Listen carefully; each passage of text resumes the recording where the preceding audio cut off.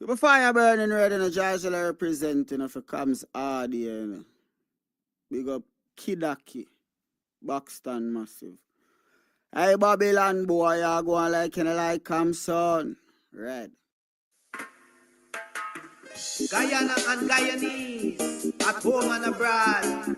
Tune in to Guyanese Morning Time, hosted by Kadaki Amsterdam, where the sun always shines. Guyanese Morning Time, the people call it Guyanese Morning Time. Rhythm, Guyanese Morning Time. Intelligence and knowledge run the front line. We go again, Guyanese Morning Time. The people call it Guyanese Morning Time. Rhythm, Guyanese Morning Time.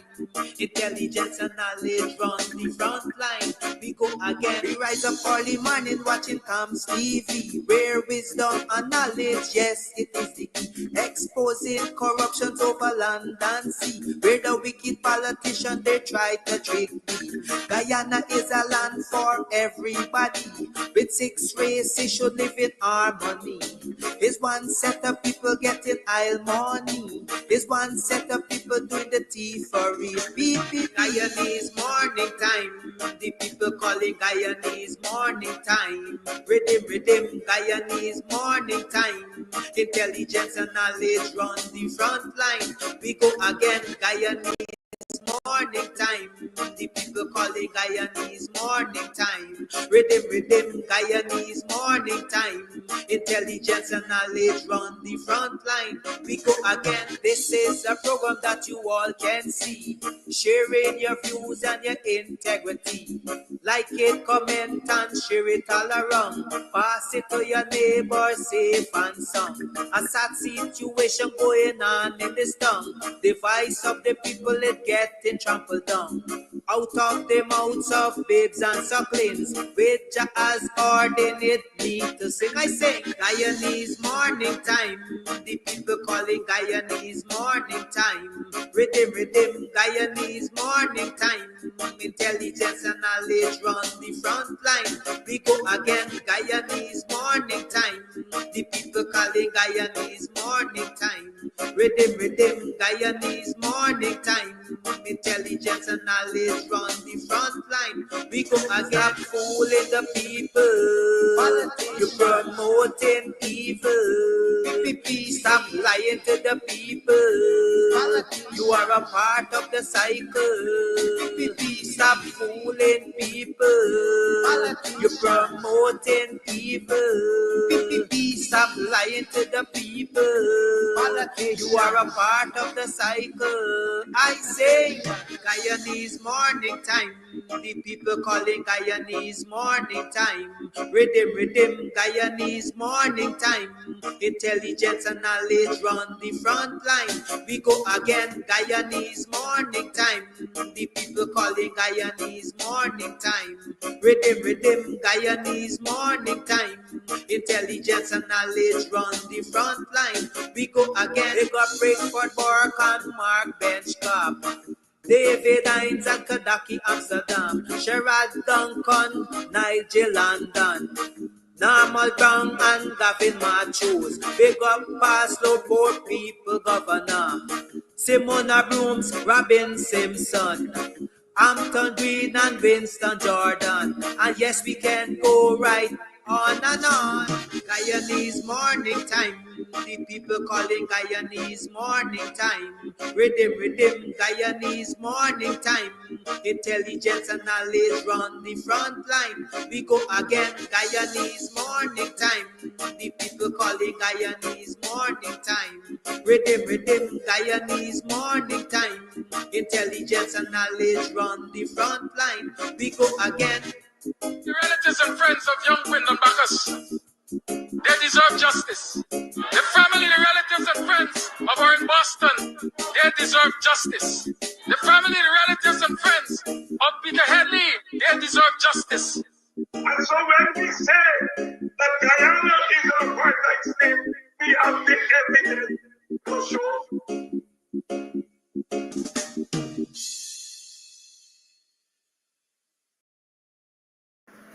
Are you planning your next visit to Oil Ridge, Guyana, South America? Well, let's accommodate you at Varon's Cheerful Country Manor. With free secured on premises parking, our beautiful vacation air conditioned home offers 3 beds, 2 bathrooms, a spacious kitchen, and all modern amenities. Located at Tushen, on the eastern bank of the mighty Essequibo and the western coast of Demerara, Varon's cheerful country manor is just a stone throw from the ocean. Make that reservation now on Airbnb and VRBO. For contact, call us on 516-770-3053 or 592-685-3521. Make Varon's Cheerful Country Manor your home away from home. It's karaoke and oldies night this and every Thursday with Al Christie and popular DJs at Club Twilight Sideline down Buxton North. Here, trust me, if you are on the East Coast, you're in Buxton, you're in Tongue, you're looking for a place to get away to, this is the place. The Cutters, mwah. And then, of course, the ambience is beautiful, fully air conditioned. The decor is on point, the music's on point, everything's on point. So if you want to find a nice little place where you can just drive out of town and have some drinks, have some food, you can call, you can order your stuff and just take it. You don't have to stay. Or if you want to stay here, that's what's up. And of course, they have special events for Valentine's. You can rent a hall. You can rent a hall, honey. You can rent a hall for weddings, for birthday parties, to have a bash. I hope he edits that out. But you know, whatever it is, this is definitely the place to be. So it's on Sideline Dam. You definitely want to ensure that you check this place out. But it's on your to-do list. All right, on your to-do list. This is definitely the place to check out, you know, a really cool, chill spot here in Buxton. I like this. This is Buxton needed this. We needed this. I needed this. You definitely needed too. Guyana, get ready for a night of nostalgic and classical hits as the PNCR presents a grand oldies party on Saturday, November 30th at Congress Place Fire, featuring Super Ray one-man band, Big P one-man band, and Determined Family. Join us on Saturday, November 30th at Congress Place Sophia. Don't miss this night of unforgettable tunes and timeless memories. Admission is just $1,000. There will be a well-stocked bar and finger foods available. Come out and support this event.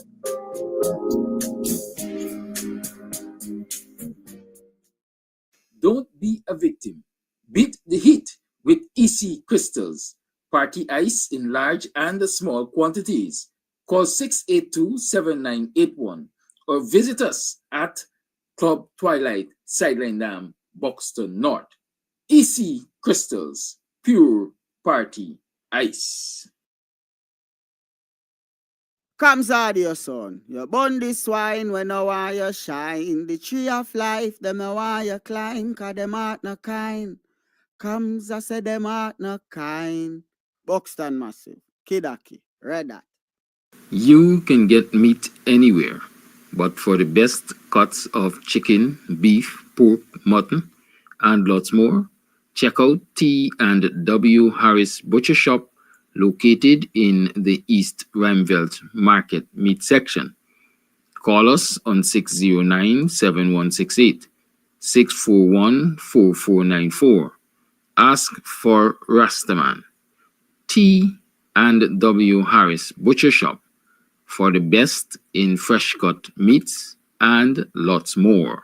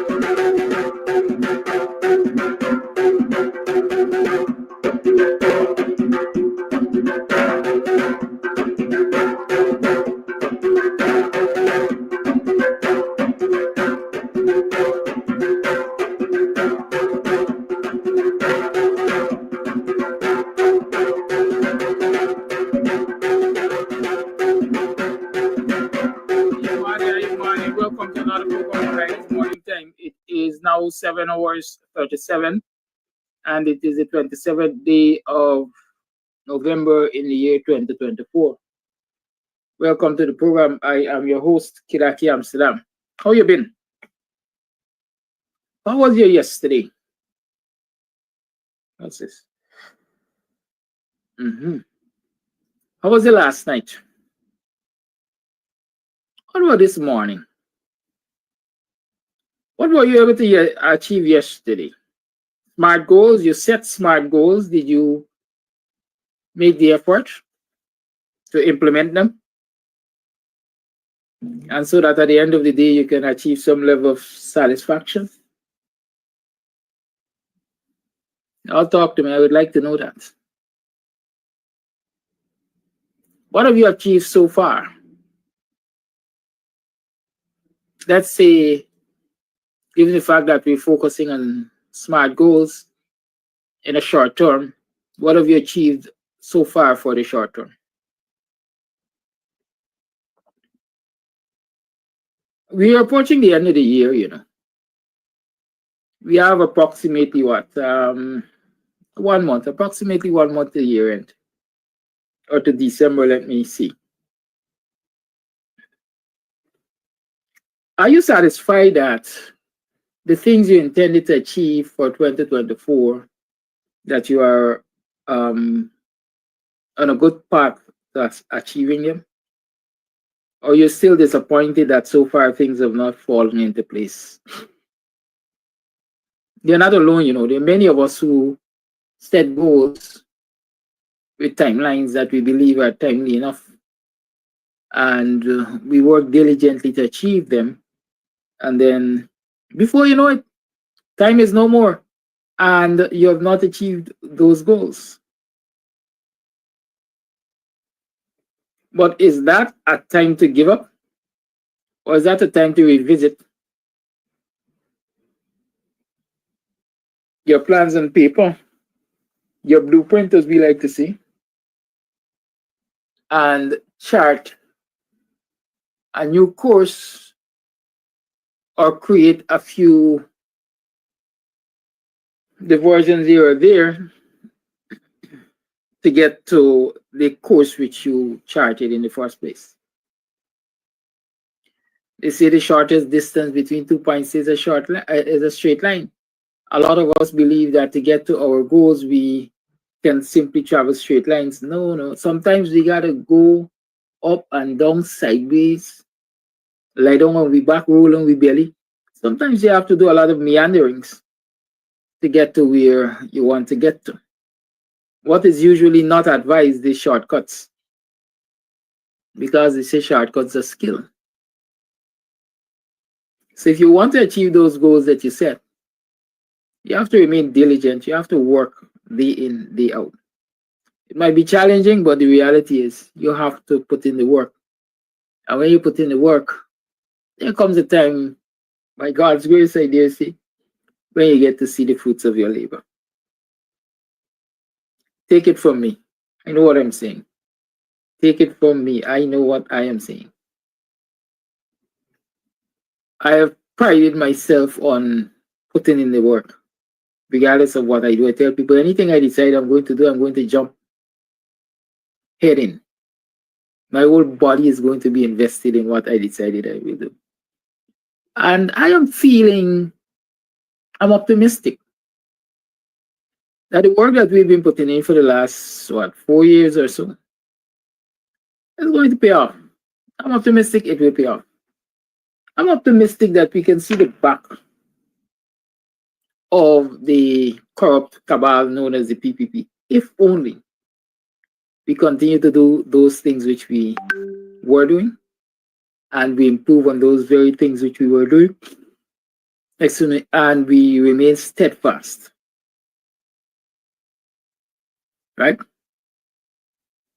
It might appear to many as though we're not getting any inroads, we're not getting any headway, we're not getting successes on our approaches to dealing with this government.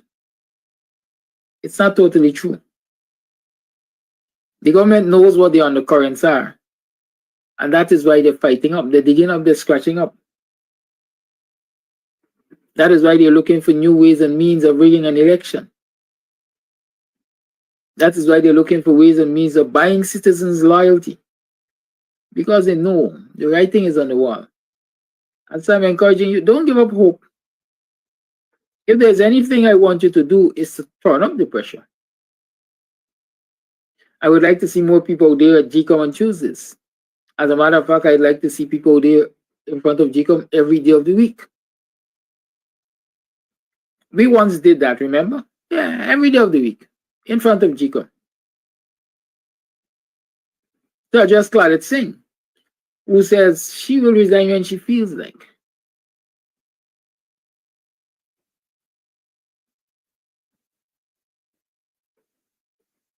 But I'm reminded, I mentioned it yesterday,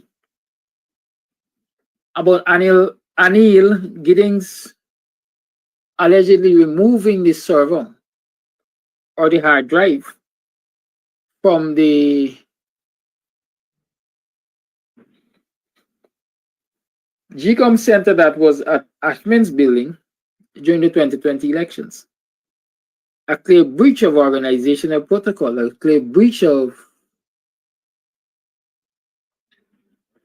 standard operating procedures and so on and so forth. Up until no one can tell us, not like they checked, if any breaches took place in terms of modification of data on a hard drive once it was removed from the GCOM office at Ashman's building. No investigations have so far been done, but instead, what I'm learning is that Giddings is now employed as the chief IT officer, apparently.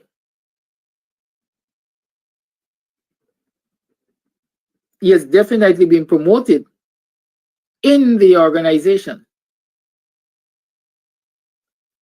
and has responsibility as a senior functionary, I would say, for data management and other such information and communication technology processes. Isn't that unethical? Isn't that unheard of? Isn't that tantamount to craziness, madness on the part of the GCOM Commission and Chief Elections Officer at GCOM and even the personnel officer at GCOM and so on? This is a man who has allegations leveled against him that he removed a critical piece of equipment from GCOM's returning office on election day.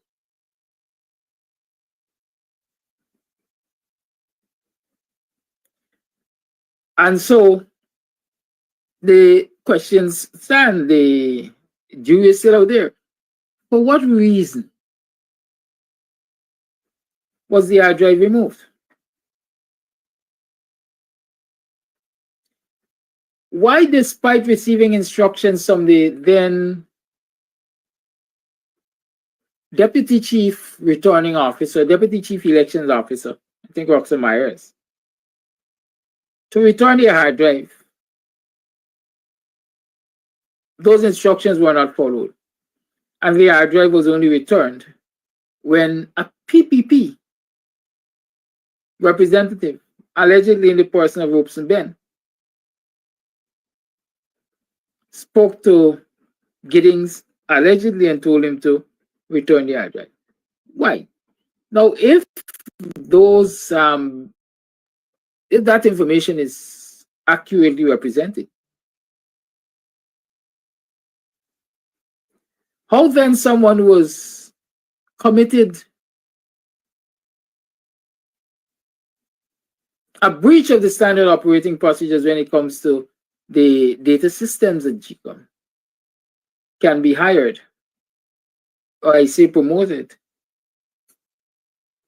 to a higher, more influential position in the very department where the breach took place? Isn't something fishy there? Isn't it? And so I raise this because I want to say to you that when we're calling for a clean voters list and biometrics, let us not fail to remember that anything in the line of data has to be input into the system. And when I was just learning the computer, we used to say a number of things. GIGO, garbage in, garbage out. TITO, trash in, trash out. FISO, shit in, shit out. And so in short, what that acronym was saying is, whatever you put in is what you will get out.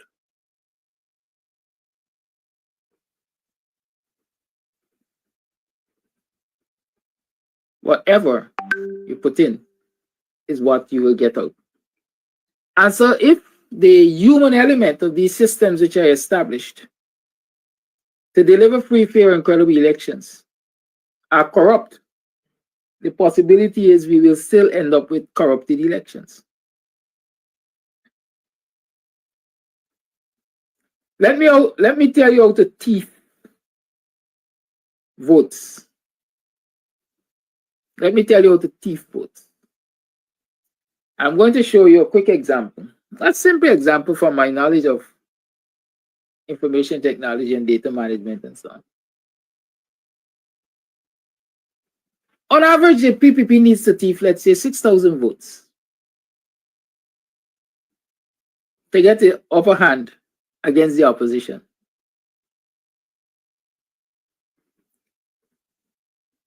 If you go to one polling station and you steal 6,000 votes, naturally it will be right in front of your face. You're going to see it.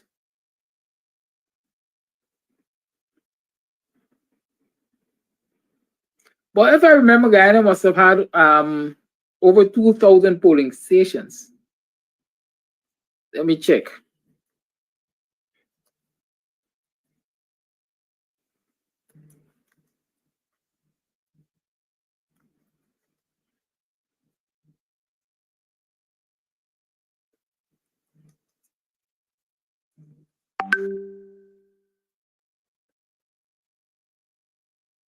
They say more than 2,000 polling stations were to be set up for the elections. Let us, for argument's sake, say 2,500 polling stations have been established for an election. You need to steal 5,000 votes. Let me reduce the number for ease of calculation. You're not going to go to one polling station and steal 5,000 votes.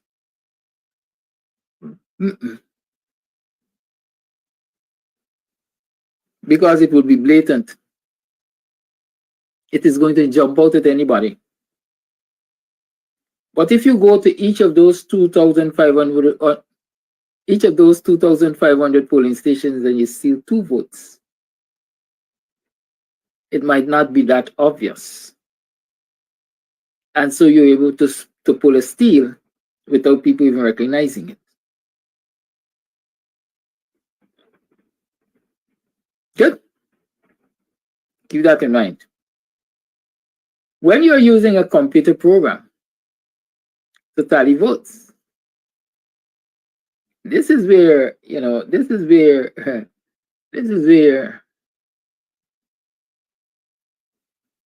specialists comes in, and people have to be very vigilant. Those 2,000 polling stations might have in them, all right, let me don't complicate it, 2,000 polling stations. So let's assume 2,000 statement of polls will have to be submitted. Counted at the place of poll, signed off by the polling agents and counting agents there as accurate. And so everybody leaves going home comfortable in that they have completed the job, it was well done, the numbers are accurate and so on. But in order to declare the results, those statement of polls have to be tabulated. They have to be tabulated. And for them to be tabulated, they have to be input. Some people say inputted by human beings. The formula for tabulating those inputs had to be created and input by human beings. Currently, the man who is heading that department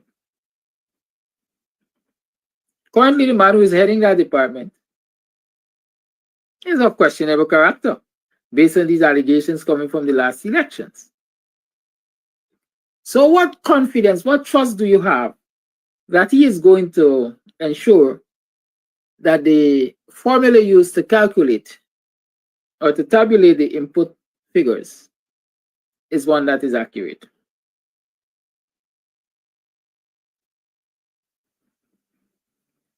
Listen to this. In that formula, you can have, let me call it a variable that says, for every 500 votes, add 0.01 to candidate A or candidate B. Sounds minuscule. You might not recognize that string in the formula. All of that is possible. But 0.01 times how many voters gonna get? According to the voter roll, they got like 780,000 voters. We're saying we have about, let's say, 600,000 voters. So for every, if you have 0.1, you're adding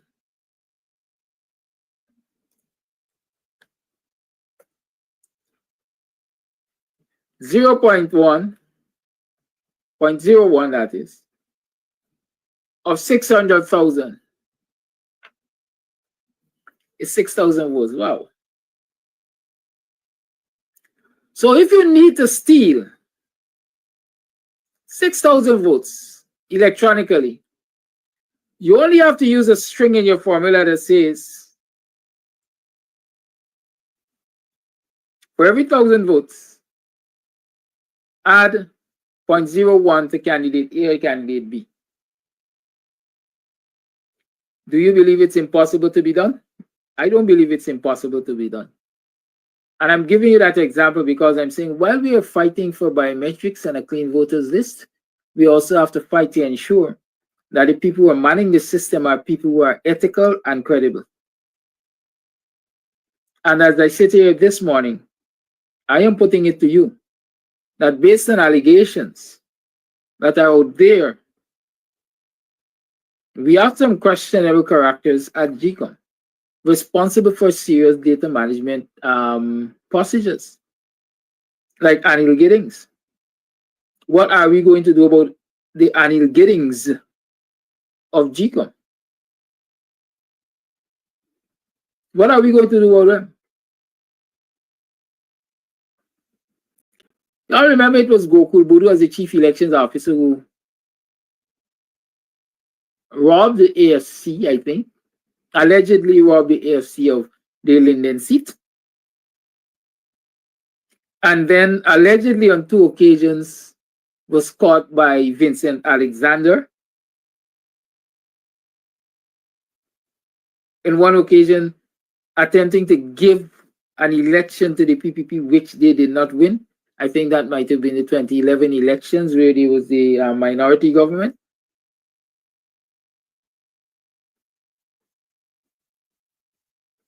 He was giving them the majority when they were actually minority. Can you remember that? And those are examples of having people in places and positions, a part of the system who are not ethical,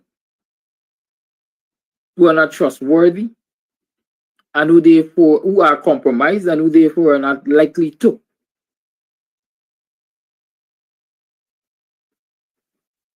do what is necessary, cost it what it will. And so I'm saying this, let us be alert. And let us start to recognize all those people in the system that the chairman Claudette Singh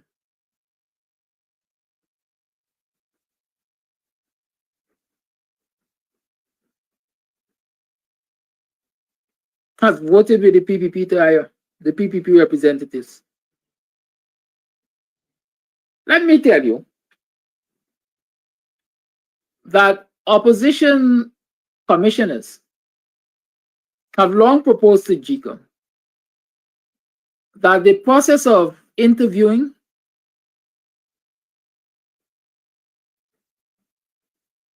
and hiring, interviewing for hire, be contracted out to a reputable PR management company so as to avoid the pitfalls which we are seeing at GCOM. Because the pitfalls at GCOM are as a result of partisan people. The PPP commissioners are always voting for somebody of questionable character, who they have confidence they can bribe and tie up and use however they wish to corrupt the election, And they're usually supported by Claudette Singh, allegedly. So the opposition commissioners propose, listen, in order to remove the quote-unquote bias from this process, let us farm out the interviewing process. So we take an independent, a reputable human resource management agency, let them shortlist the applicants, interview those who are shortlisted, and make recommendations based on their interviews. GCOM will now sit as the commission, will now sit and examine those recommendations and have the final say as to who will be hired based on those recommendations. The PPP commissioners, I understand, have voted against it, and their vote has received the support of Claudette Singh. And so as it is turning out, anybody who's hired at GCOM right now is likely a product of the PPP's desire. How then can we talk about getting a free, fair, and credible elections if the equation is already skewed against the possibility of free, fair, and credible elections? It means we have to fight to upturn the whole apple cart and put it back together. So while I'm saying again, while we're campaigning for free, fair, and credible elections, while we're campaigning for biometrics and a clean voters list, we must not lose sight that there are people in the system who can be used to, and perhaps are already being used to, corrupt it.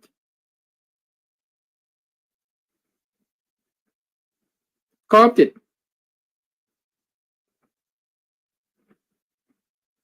I'm informed that people are accessing the voters list. Now, I understand to access the voters list, it has to be a decision sanctioned by the commission. But I understand perhaps on a daily, the voters list is being accessed for all kinds of things, being modified on a daily basis without the sanction of the GCOM of the commission. Many will argue that people are simply doing administrative duties, but administrative duties fall in a category that is not inclusive of modifying the voters list apparently. But people are doing it. And the commission, at least up to recently, was none the wiser.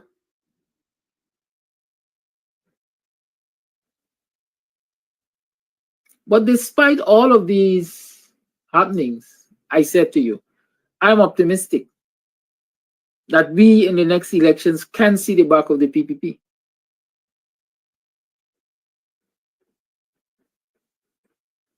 But we have to do the necessary work. We have to do the necessary work. We have to continue pounding away to get the necessary work done. It's 3 minutes past 8 o'clock hour.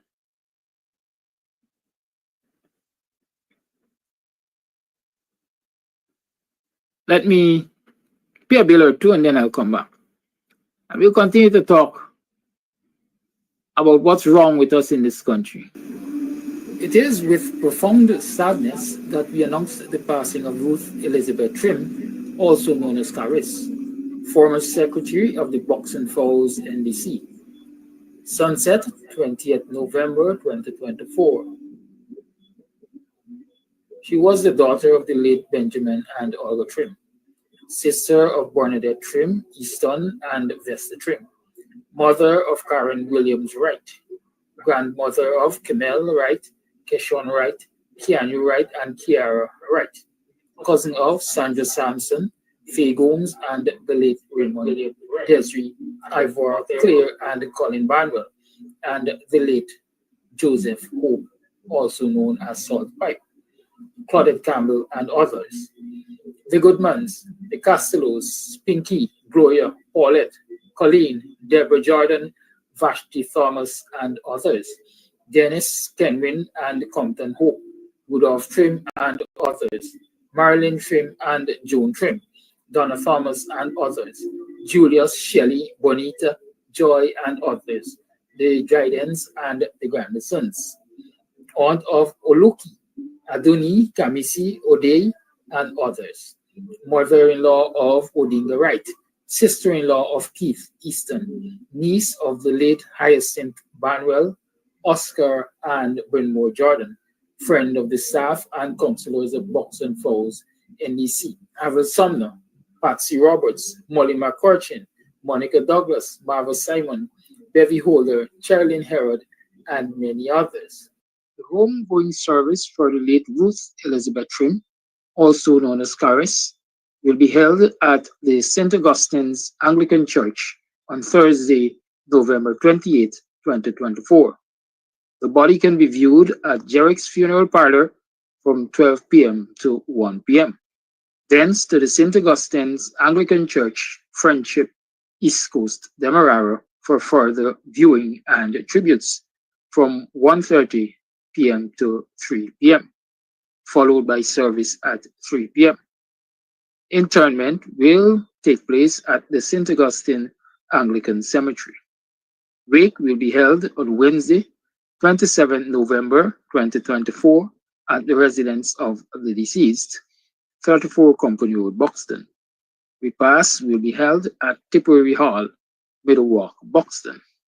You have left our lives, but you will never leave our hearts.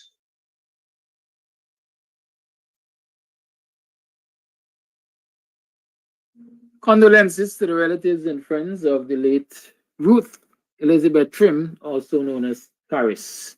I am sure you guys have taken note of the funeral arrangements, etc. It is now 6 minutes past the 8 o'clock hour, and you are still tuned to the Guyanese Morning Time. And I am still talking to you about the possibilities that are presenting themselves, or the possibilities that the PPP is working on to present itself with an unfair advantage come the next election. I want to ask y'all something. Y'all know about Starlink? What do you know about Starlink?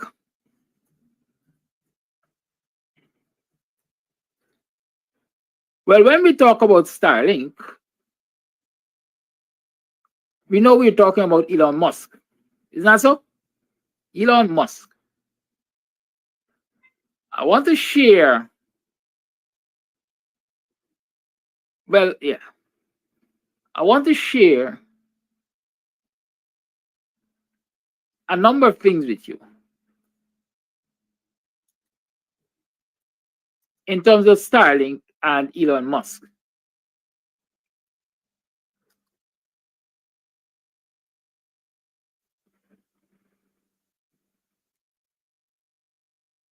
From the little that I've heard,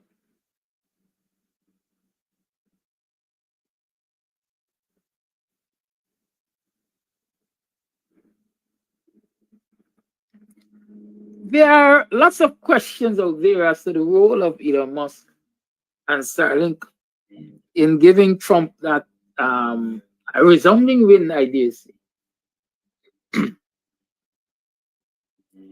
at the last United States of America election. Many are arguing that the presence of Elon Musk alongside Trump as a supporter, compounded with the fact that apparently Elon Musk's network, Starlink, was used in the transmission of election results, etc., gave Trump an unfair advantage. In Ghana, we would see the combination was used to rig the US election so that Trump could have had that resounding win. I was listening yesterday to a number of tapes and clips where Trump was saying, votes? We don't need votes. We got more votes than y'all could think about. We don't need votes, right? People are ascribing that to the fact that they are the mechanism established to rig the American elections. I don't know. I can't test or contest the veracity of those beliefs. But what I know is shortly after the US elections, we heard, I don't know if you heard, but we heard the Don's presidents or the president say he was in conversation with Elon Musk. Can you remember hearing that utterance? Can you remember hearing that utterance? Well, if you can't remember hearing it, I will read a Kaichor News article that says Elon Musk Starlink seeking license to provide internet service in Ghana. That article was dated the 22nd of November, just a mere week ago, 5 days ago. Vice President Bart Jaggi has announced that Starlink, a satellite internet constellation founded by Elon Musk, is seeking a license to operate in Ghana. Starlink is operated by Starlink Services, LLC, an international communications provider that is a wholly owned subsidiary of American aerospace company SpaceX, providing coverage to over 100 countries and territories. It also aims to provide global mobile broadband. Starlink has been instrumental to SpaceX's growth. The VP told reporters during his weekly press conference on Thursday that Starlink's interest is, quote, actively being considered, unquote, by the government. He explained that if the license is approved, it means the company will have to pay taxes to the government. He noted that at present, private individuals will import the Starlink equipment and provide internet services to sections of the local population. Quote, right now, a lot of people are just bringing in the dish themselves and they're installing these dishes and then they don't have to pay any taxes. It's a bit unfair to the other companies that are providing the same service, end quote, he explained. Jagio noted that the broader scope of the digital transformation underway in Ghana, and that was one of the dominant topics discussed between President Ifonali and tech giant Elon Musk, founder of SpaceX, in July. Well, now let me talk about this conversation, right? Let me show you this video from YouTube, Al Jazeera to be exact. He's going to help make America healthy. Oh, let me tell you, we have a new star. A star is born, Elon. Now he is. Now he's in a. Oh, snap. Come on. And he's going to help make America healthy. Oh, me tell you, we have a new star. A star is born, Elon. Now he is. Now he's an amazing guy. We were sitting together tonight. You know, he spent 2 weeks in Philadelphia, different parts of Pennsylvania, campaigning. The reason we can now send America.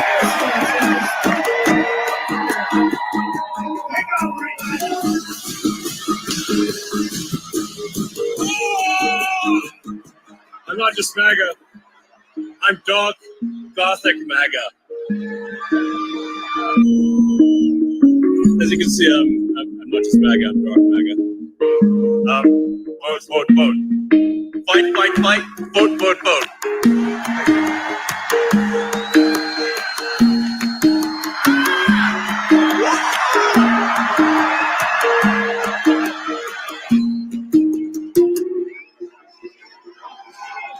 Hi, everyone. The thing that scares the system, that scares the machine, is that Donald Trump is not a puppet. He's a real person, you know, and he's not beholden to anyone. And that's why you see sort of, you know, that they're trying to kill him, you know. And you know, I mentioned as a joke, I meant it as a joke, that no one's even bothering to try to kill Kamala. You know, because there's no point. There's no point. Is what I just get another puppet. You know. Yeah. We just all appreciate it. We really do. Thank you so much.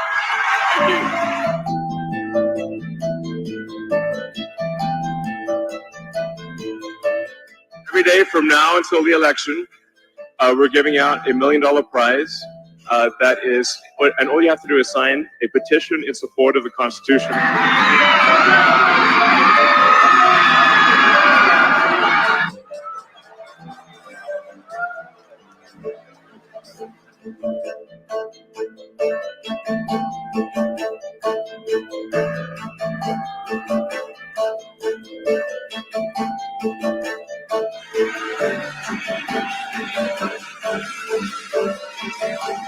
It's the only reason we can now send American astronauts into space. Here. Take over, Elon. Yes, take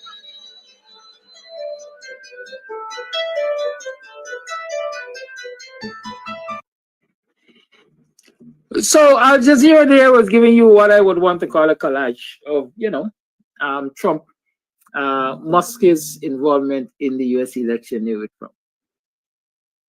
But I want you to take that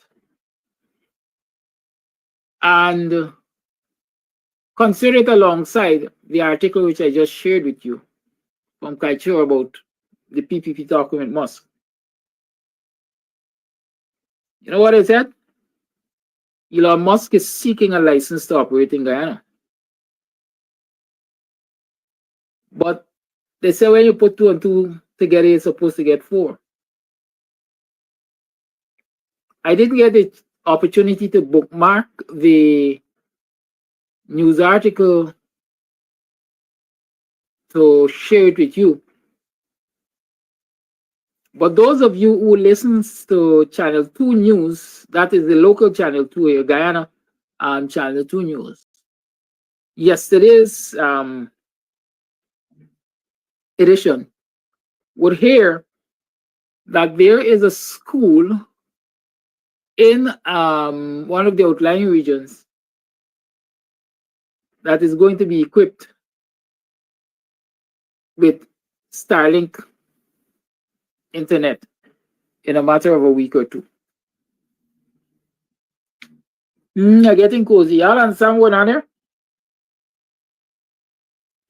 The PPP is telling us via the news that Elon Musk is seeking license to operate in Guyana.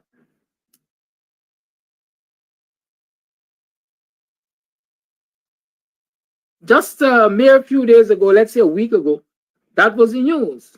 PPP, Elon Musk seeking license to operate in Guyana. But on yesterday's news, Channel 2 Guyana, it was revealed that Starlink, which is Elon Musk's network, is going to be providing internet services to one of the outlying regions, one of the secondary schools there, I think. Are you putting two and two together? Are you thinking what I'm thinking? From seeking license a week ago to providing internet services a week later, it means that Elon Musk already has license.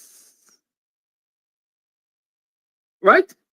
Is that do you know that the PPP operates with such alacrity, the licensing? As a matter of fact, the question is, why is it Jaguar is making that pronouncement? Licensing for internet and internet services is supposed to come under the either the Data Management Authority, GNBA, and the National Broadcasting Authority, some of one of those agencies. I don't know that.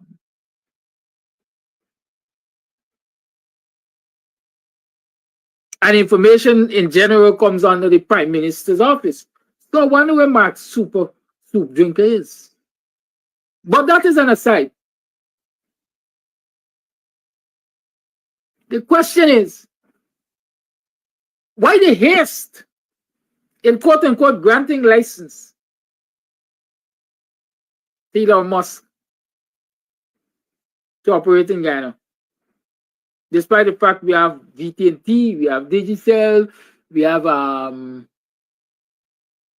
Vishok Prasad, their money name, E-Network, we have all set of internet service providers in this country. The same government that was arguing just the other day, right?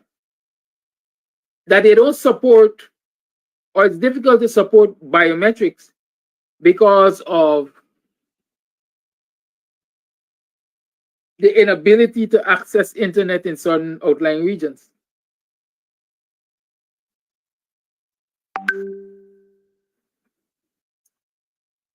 Didn't I sit here and say to you, guys, a nonsensical order, because in quick time, you can contract one of the satellite companies to provide internet for any outlying region?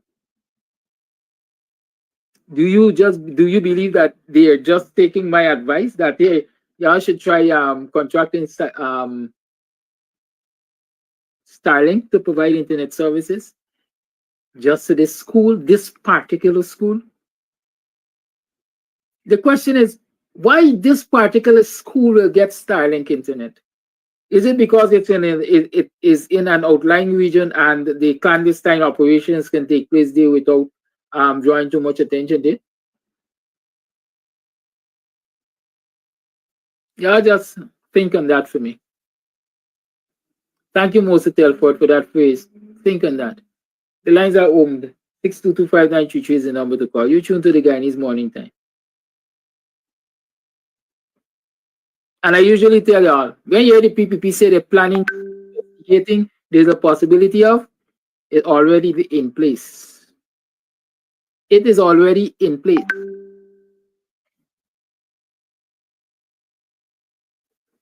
And so the talk of Starlink seeking license, or Elon Musk seeking license,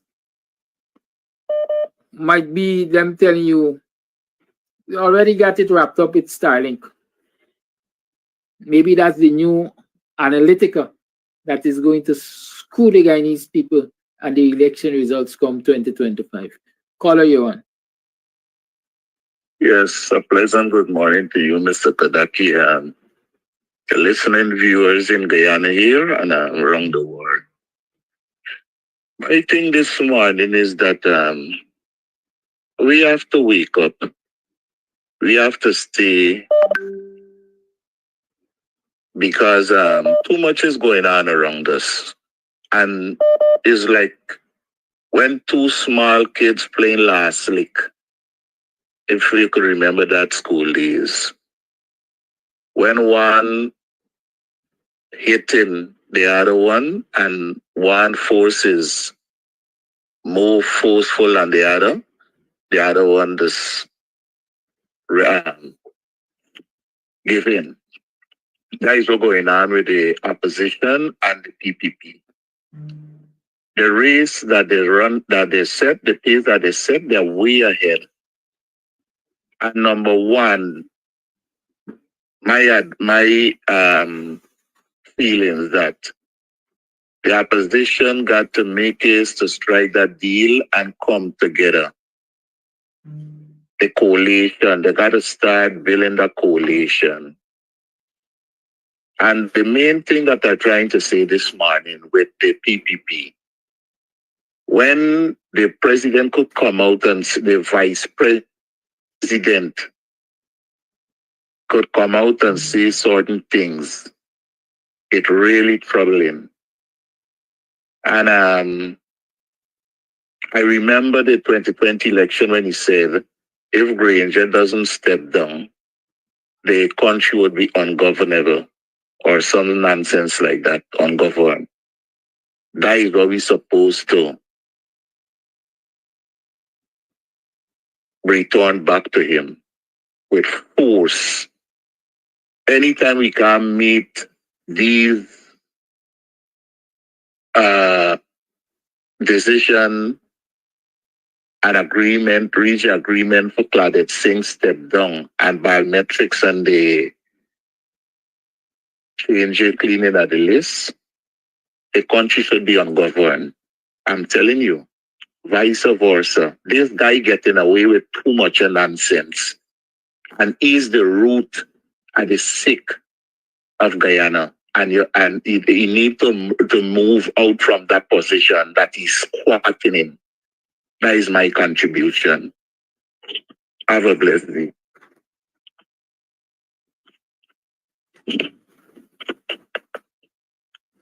Thank you, caller. The lines remain open. 6225933 is the number to call.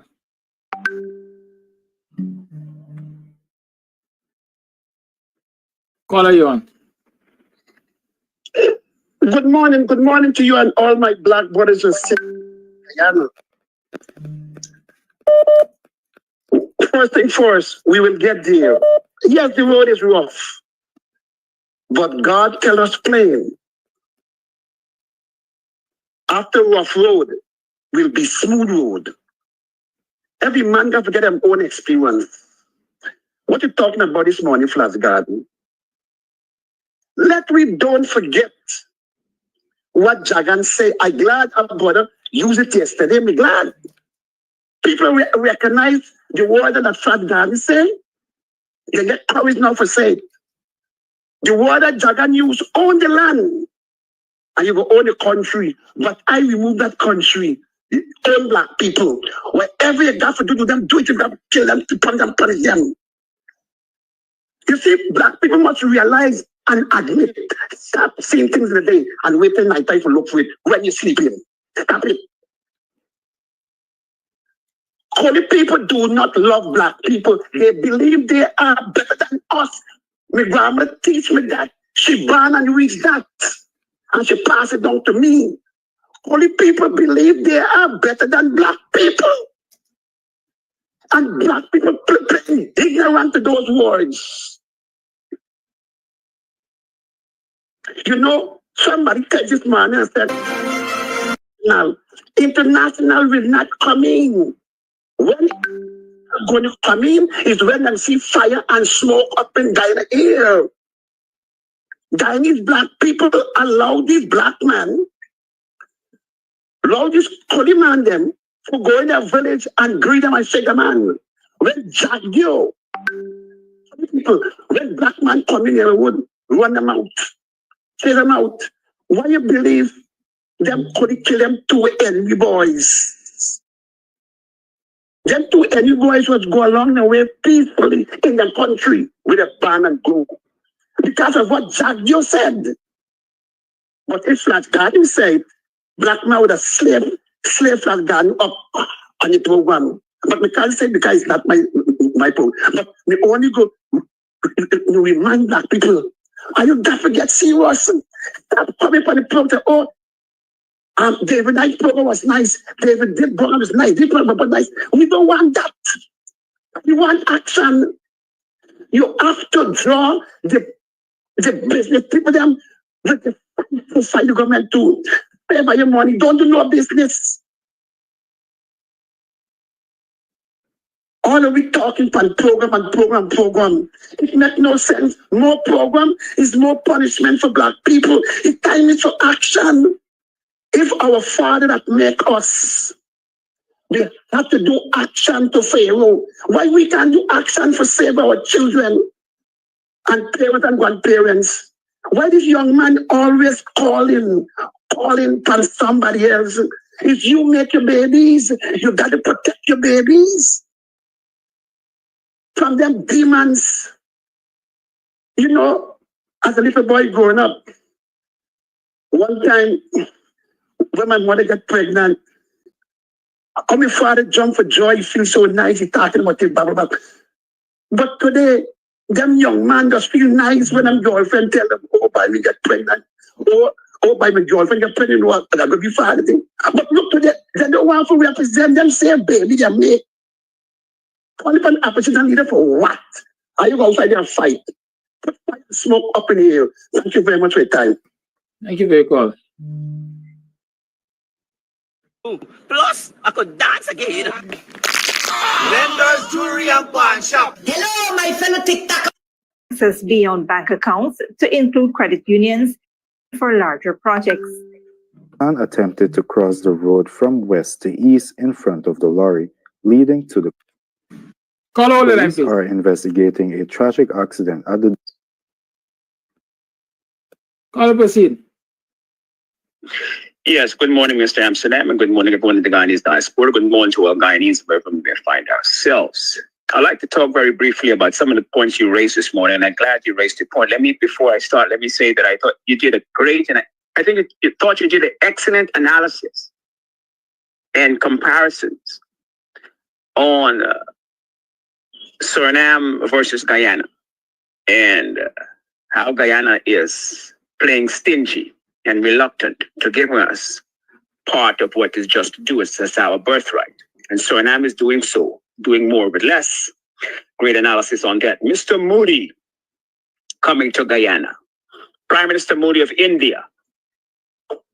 Moody's presence in the parliament, from what I was taught, and I could be wrong, so someone correct me.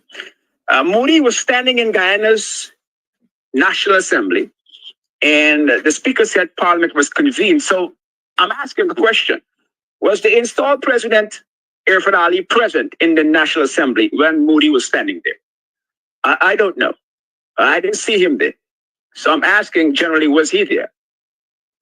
And if he wasn't there, then how is it constitutionally could parliament be convened if Irfan Ali was absent? So what does that mean? Because the last I checked, Guyana is a cooperative republic. Of the people, for the people, by the people. We are a republic. So how is it that one republic is standing in our seat of our republic? Parliament is being convened in the absence of our installed president, the head of the republic. How could Parliament be convened without the president being in the National Assembly? How is that possible? So if that is accurate, that is a blatant disrespect and a violation of our Constitution. Okay, on a sovereign level. So I just want to point it out and touch and go very quickly. That's a blatant insult. There were at least 5 memorandums offered, and one presents a national. The question I have to ask about those: what are the implications for military implications? Do we have some sort of military arrangement with India? Is that afoot? We need to look into that. I don't know what Sharon Das is doing over there in India. I suspect he's doing much clandestine operations. That's what I suspect that Sharon Das is doing in India. So we should be vigilant for him and what he's doing in there. And when Moody is coming, why Moody is here, and why now? GCOM. GCOM's present press conference and meeting that Dr. Hines spoke about regarding 2020 elections complaints of fraud and irregularities. Dr. Hines highlighted on his podcast specifically regarding the GCOM CEO. At that time, it was Mr. Lowenfield. And Mr. Lowenfield said he had complications validating. He could not lawfully validate between 80,000 to 200,000 votes. Now, for those of us who don't know much about Mr. Lowenfield, the CEO is constitutionally tasked under the Restoration of the People's Act, Article 96, says that the CEO, I paraphrase, the CEO shall count and validate. It says him and him alone. It doesn't say he and Cloud Singh. So when we're saying Cloud Singh must go, we have to understand the importance of Lowenfield. Lowenfield raised the alarm, and we should have known that the alarm was raised. Constitutional alarm. It's not like 5 other persons were tasked by the Constitution and ROPA to do that job. That job was singularly tasked and delegated by the National Assembly to Mr. Lowenfield or whoever holds the position as the CEO of GCOM. So when the observers came to Guyana to do the recount observers, when they came, according to what I heard in Politics 101 and Vincent Alexander, Cloud Singh gave them a partial list of the 8,000 votes, according to Dr. Hines. So why is Cloud Singh giving a partial list? That's the question Dr. Hines raised. My second question is, Lowenfield is the one who is tasked by the law to interact, or at least he should have been meaningfully considered to hand in his report. Missed opportunity. Time for pause. Time out. How could an observation team come in at such a critical moment of discrepancy? The person who is constitutionally tasked by the ROPA, his report wasn't handed in. If it's so, let me know.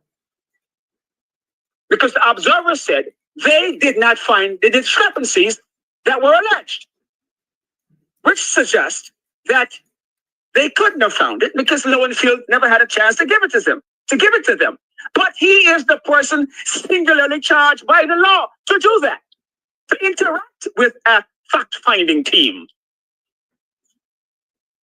What happened instead? Cloud Singh stepped in and she gave them quarter or half of what they're supposed to get. And that's what Dr. Hines pointed out.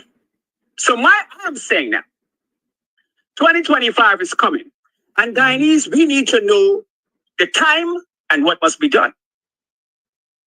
The time and what must be done. Had our people been sufficiently educated about ROPA, which we should be doing under the bottom houses in the PNC workshops, we need to educate the people about the do's and the don'ts, the specifics and the details about ROPA. Had we known that, we would have recognized there and then that Lowenfield sounded the alarm. We should have taken to the streets and demanded that full adherence. Meaning what? That Lowenfield's findings must be resolved. Forget Cloud Singh, because we saw she threatened him and used duress to bully him and tell him if he didn't change his report. If he didn't change his report and give her a different report, which does away with the 80,000, 200,000 people that can't be lawfully validated, then she will hold him in insubordination. Hence, he's in court today. How we allow that happen? You see, where is our involvement? So I rest this on the PNC and I rest this on APNU, AFC with a battalion of lawyers. We need to understand that it's our vote and we have a say so in our vote. So I hope when 2025 comes, we ain't sitting in the corner and have no political leader telling us what people are going to do with our vote. I'm trying to educate us. It ain't party leader money spending for the vote. It's my vote. Party leader is just a caretaker. The votes belong to us. So then when our votes are on the line, we got to be on the line. Not party leader. So when 2025 comes, we need to know and play our roles. And that only happened with the requisite education. This is not to insult any party leader. This is just to say that we recognize our role, our civic role. And we ain't putting it under the bus like we did before. Now, very quickly, so that deals with Article 96. We need to learn about what Article 96 says. We need to learn the basics about ROPA before we go into election. Party leaders need to do that as requisite. Just as we're saying, Claudette Singh must go. In the news, the United States, there is a podcast called First Post, an American podcast out of Washington, D.C. And on the podcast, it's talking about royalties that Suriname is giving to their people. Rightfully so. But there's a misrepresentation in that podcast because it also goes on to speak about what Guyana's government is also doing. You know, there's a nexus between Santoki and Irfan Ali, right? They crooks together. So the podcast is saying that Guyanese are receiving $496 every month. Now, ain't none of us receiving $496 every month. But that's what the PPP, obviously, it appears, has fed to the international media. You see, that Guyanese are already receiving monthly $496. So somebody please tell me how that could be accurate and why. And someone should ask that TV station, why are they propagating inaccuracies about Guyana's resources? President Granger talked about, often talk about, yes, sir. I didn't give you the entire program, you know. Yo, sorry. Thank you for giving me the time. On patrimonies, Dr. Kadaki, Mr. President Granger often talks about patrimonies and how we should protect our patrimonies. And patrimonies has to do with the land, ancestral lands, and all 83,000 square miles and everything therein. Once again, Mr. Amsterdam, thank you for being so kind to give me the time to speak to our people. The government has invested over $400 million to enhance the road network in Ituni Region 10 under the Ministry of Public Works Road Program. At a signing ceremony on Friday, Prime Minister Brigadier Retired Mark Phillips announced that 32 local contractors were selected based on community recommendations. The initiative is expected to create jobs for over 200 residents and foster economic growth in the area. Additionally, the Prime Minister revealed plans to install a Starlink internet connection at Howell Primary School by next week, addressing the lack of ICT facilities in the community. He also pledged to evaluate the need for a secondary school in Ituni. Public Works Minister Bishop One Edgehill emphasized the project's significance, urging contractors to hire local workers. The roadwork, set for completion by December 20th, aims to improve accessibility, commuter safety, and economic opportunities for that region. In other news, Prime Minister Mark Phillips inaugurated the second Hope and Joy. You're on. Good morning, Mr. Kadaki. Good morning, everyone in the diaspora. From what Mr. Coffey just said, and about giving away of the money, it's a fact.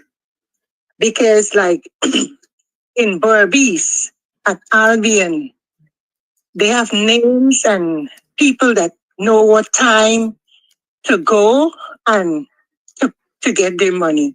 In Skeldon, they give away money. In Bottom Houses, they give away money. Indeed, but they're giving the money to the PPP people. That's where the money is going to. Then, at Cortland Democratic Council, the chairman for that village, he has a list of the people, and they would say like 99% of the Indians get it, and the 10% they would put in a few black. You know, sometimes how many people go in the line and waiting. Sometimes they go from the morning and they wait until make sure all the PPP people have that $100,000. With the black people, they tell them that, oh, you have to give X amount of money. If they give you the 100,000, you have to pay them a $10,000 to get the money. They tell you before, I put in your name, but you have to give me $10,000 so that you can get this money. Some people, they take $20,000 from. The money is given away. Indeed, the money is given away, but the money is given away to the PPP people. You know, that's what's going on.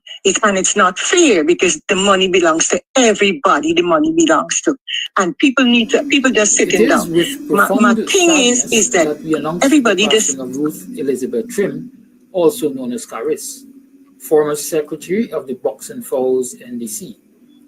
Sunset, 20th November 2024.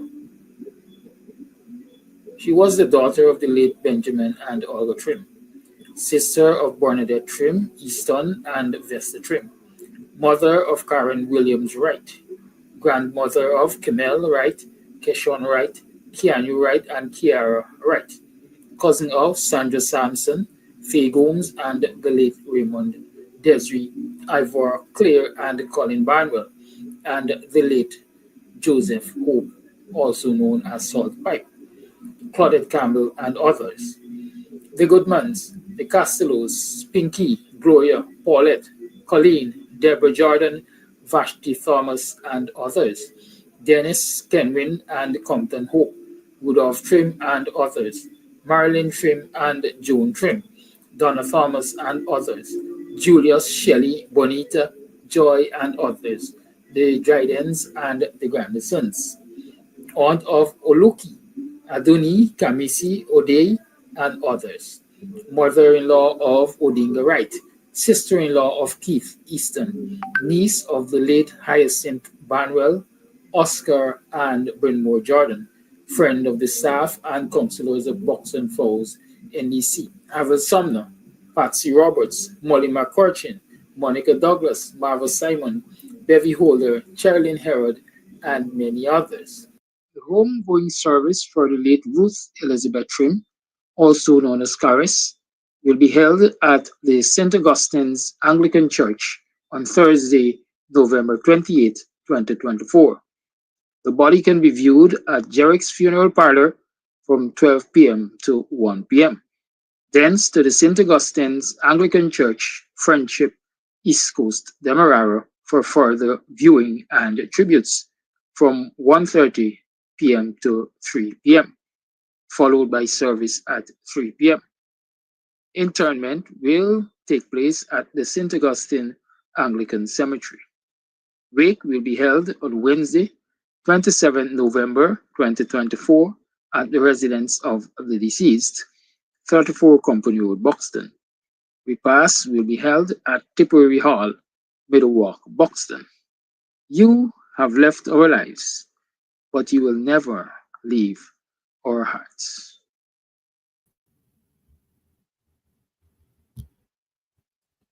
Hello, hi, good morning. What you want? How are you doing? Welcome to another program of Guyanese Morning Time. I am your host, Kidaki Amsterdam. What's up, people? What you want? How was you yesterday? What about...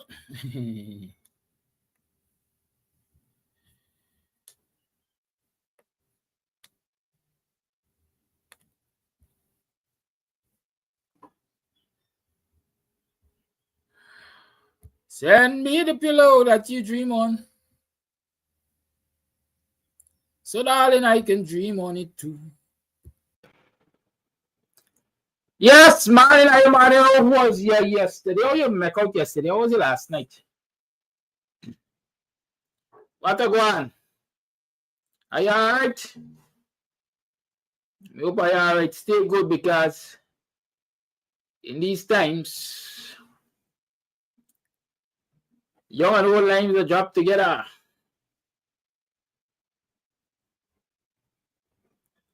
Young and old lines are dropping together.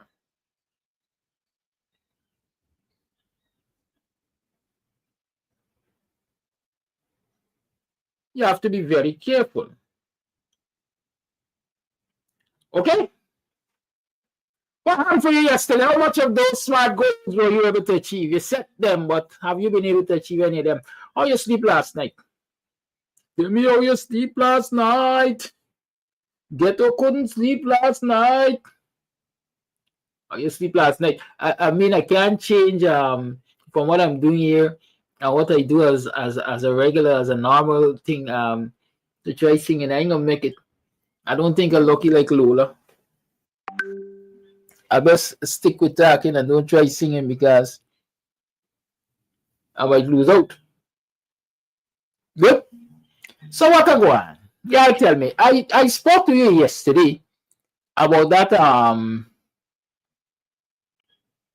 Starlink that was going to be used in the interior there. I think I'm learning it is iTunes. And these days, since everything is denial, denial, denial, and so on, they say when you're talking about things that might be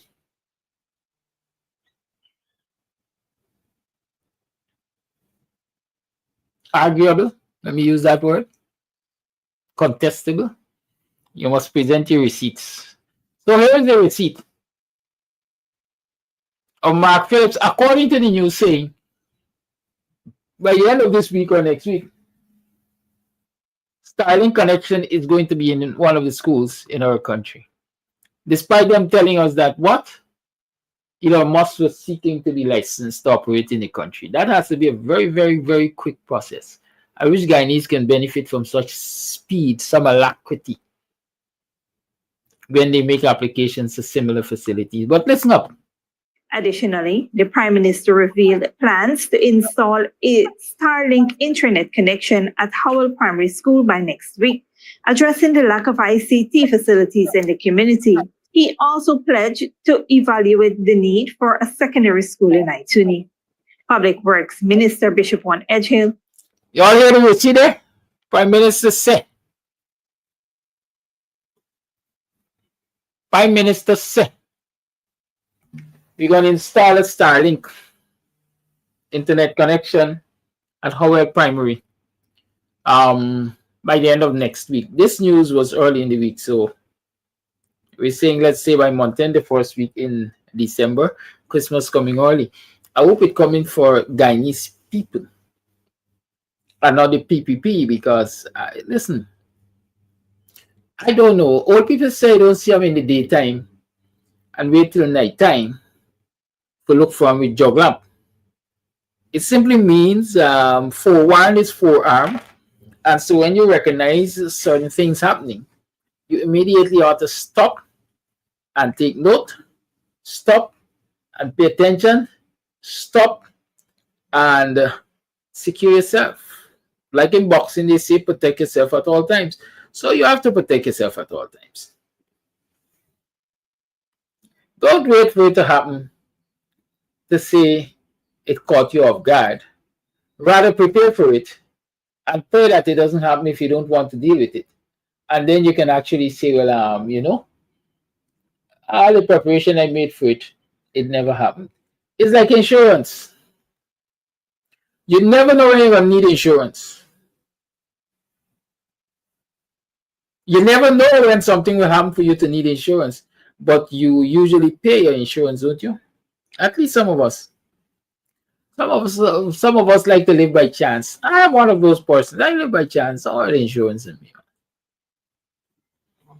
Right? The good Christians will tell you God is their assurance.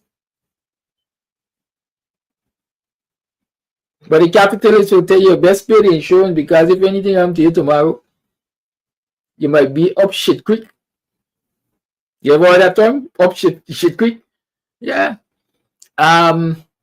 So if you're seeing certain movements around an election time, start paying attention and start taking actions. It might not necessarily be preventative actions because sometimes you can't stop certain things. The government is the government. The government does what the government likes. But can you put systems in place to check them. You know, checkmate. Yeah, you better ask.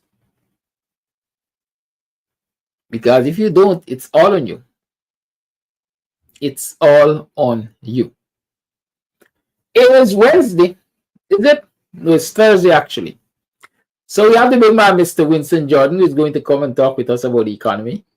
And I'm sure he's going to lend his wisdom to analyzing or helping you to understand what Suriname is doing for its residents versus what Guyana is doing for its residents. I'm sure that is one of the things he's likely to address.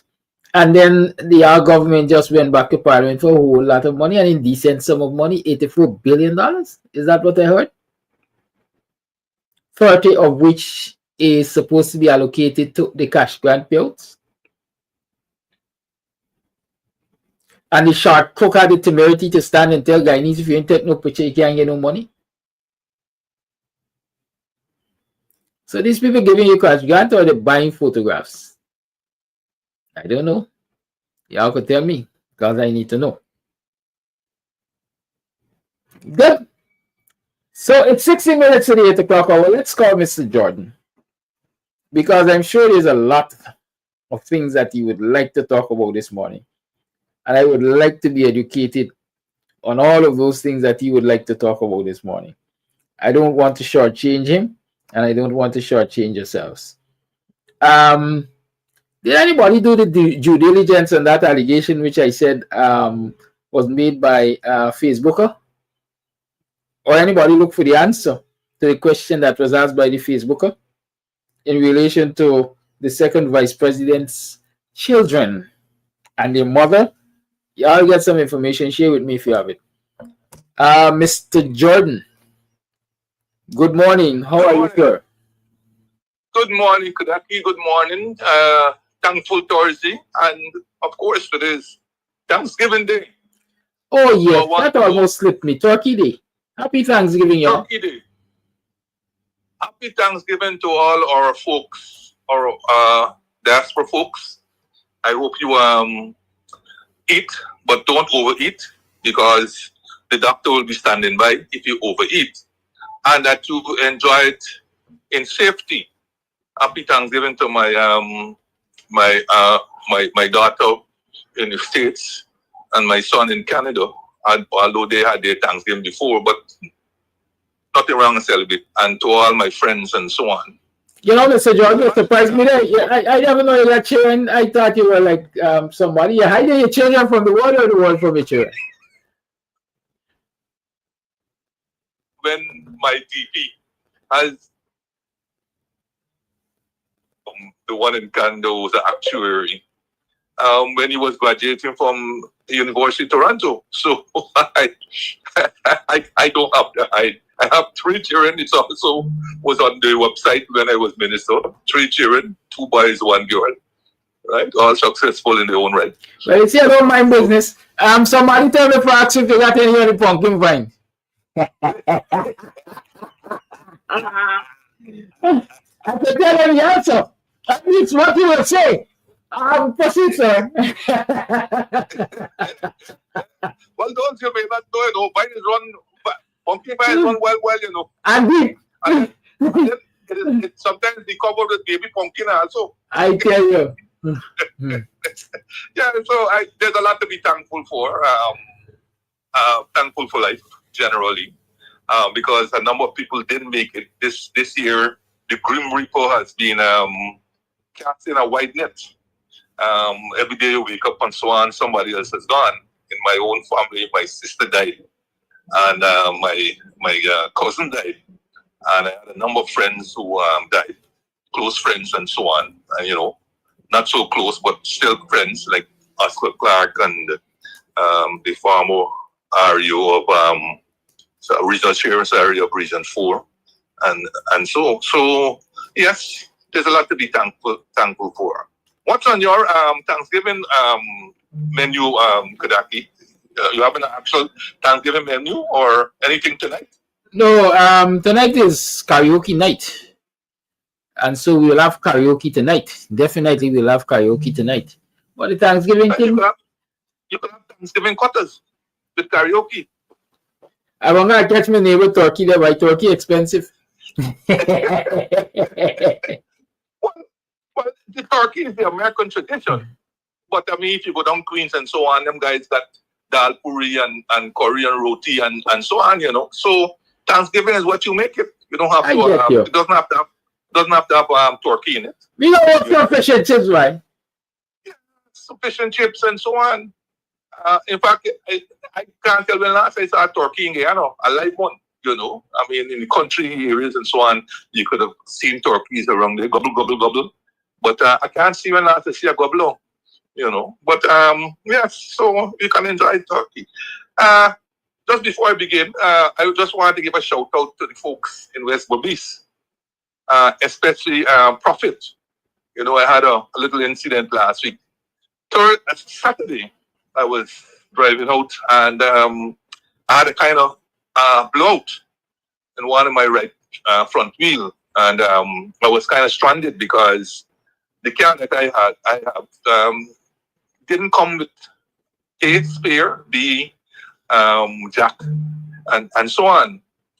But last 2 months or so, I acquired a spare for it, but not the jack and so. So you could imagine my predicament, having a blowout and having a spare and not being able. And the good people of Prophet came to my rescue, you know, and for that I want to give them a loud shout out. Your man of tremendous fear to be driving all of that distance without spare and jack? Because the guys told me that the car that I have actually gives you a warning, you know, some kind of time warning as to, you know. When you don't get punctured? Yeah, and they said, and they told me the tires that the car came with and so on. Okay. You know, well, you know the usual story. I don't know if it's a sales pitch or what, but it found out the hard way. You're gonna learn. But all is well. And then they said they wanted to thank the folks down there who assisted me and had me on my way in a short time. And the next day, Sunday, I attended what is called potluck supper at Christ Church. It's an annual event, and you know, potluck is like it's not like a barbecue, but you know, it's where people bring different foods and so on, and you have a share. You know, it's akin to the Last Supper, so to speak. But it was a really good event where people share a lot of camaraderie and you know and so on. But the reason why I want to mention it is because by far for me the most outstanding food was a soup. That was actually done by Darren Wade and another West Berbician. And man, this soup, I tell you, man, it was so good. I had 2 cups. It was so good. It not only rivaled, it out-rivaled German soup. And I'm talking about German soup back in the day. Oh, because I don't know what you're talking about now. Not the soup that they're selling now. I am talking back in the day where you could have gone by German, your little steel booze and so on, and you ask for soup. And right away you revive and you could go again. You know, or back in the day when you go to Germans, you buy a half soup and a half food. And you go and you set for the entire day. Not that thing that they call it soup now. But this soup was fantastic enough for me to mention it. I guess Darren learned the beef broth method, you know. Sometimes you had some low beef in the soup there. Yeah, it's the same soup. All right. It's the same soup. The West Berbice one though is claiming it for West Berbice.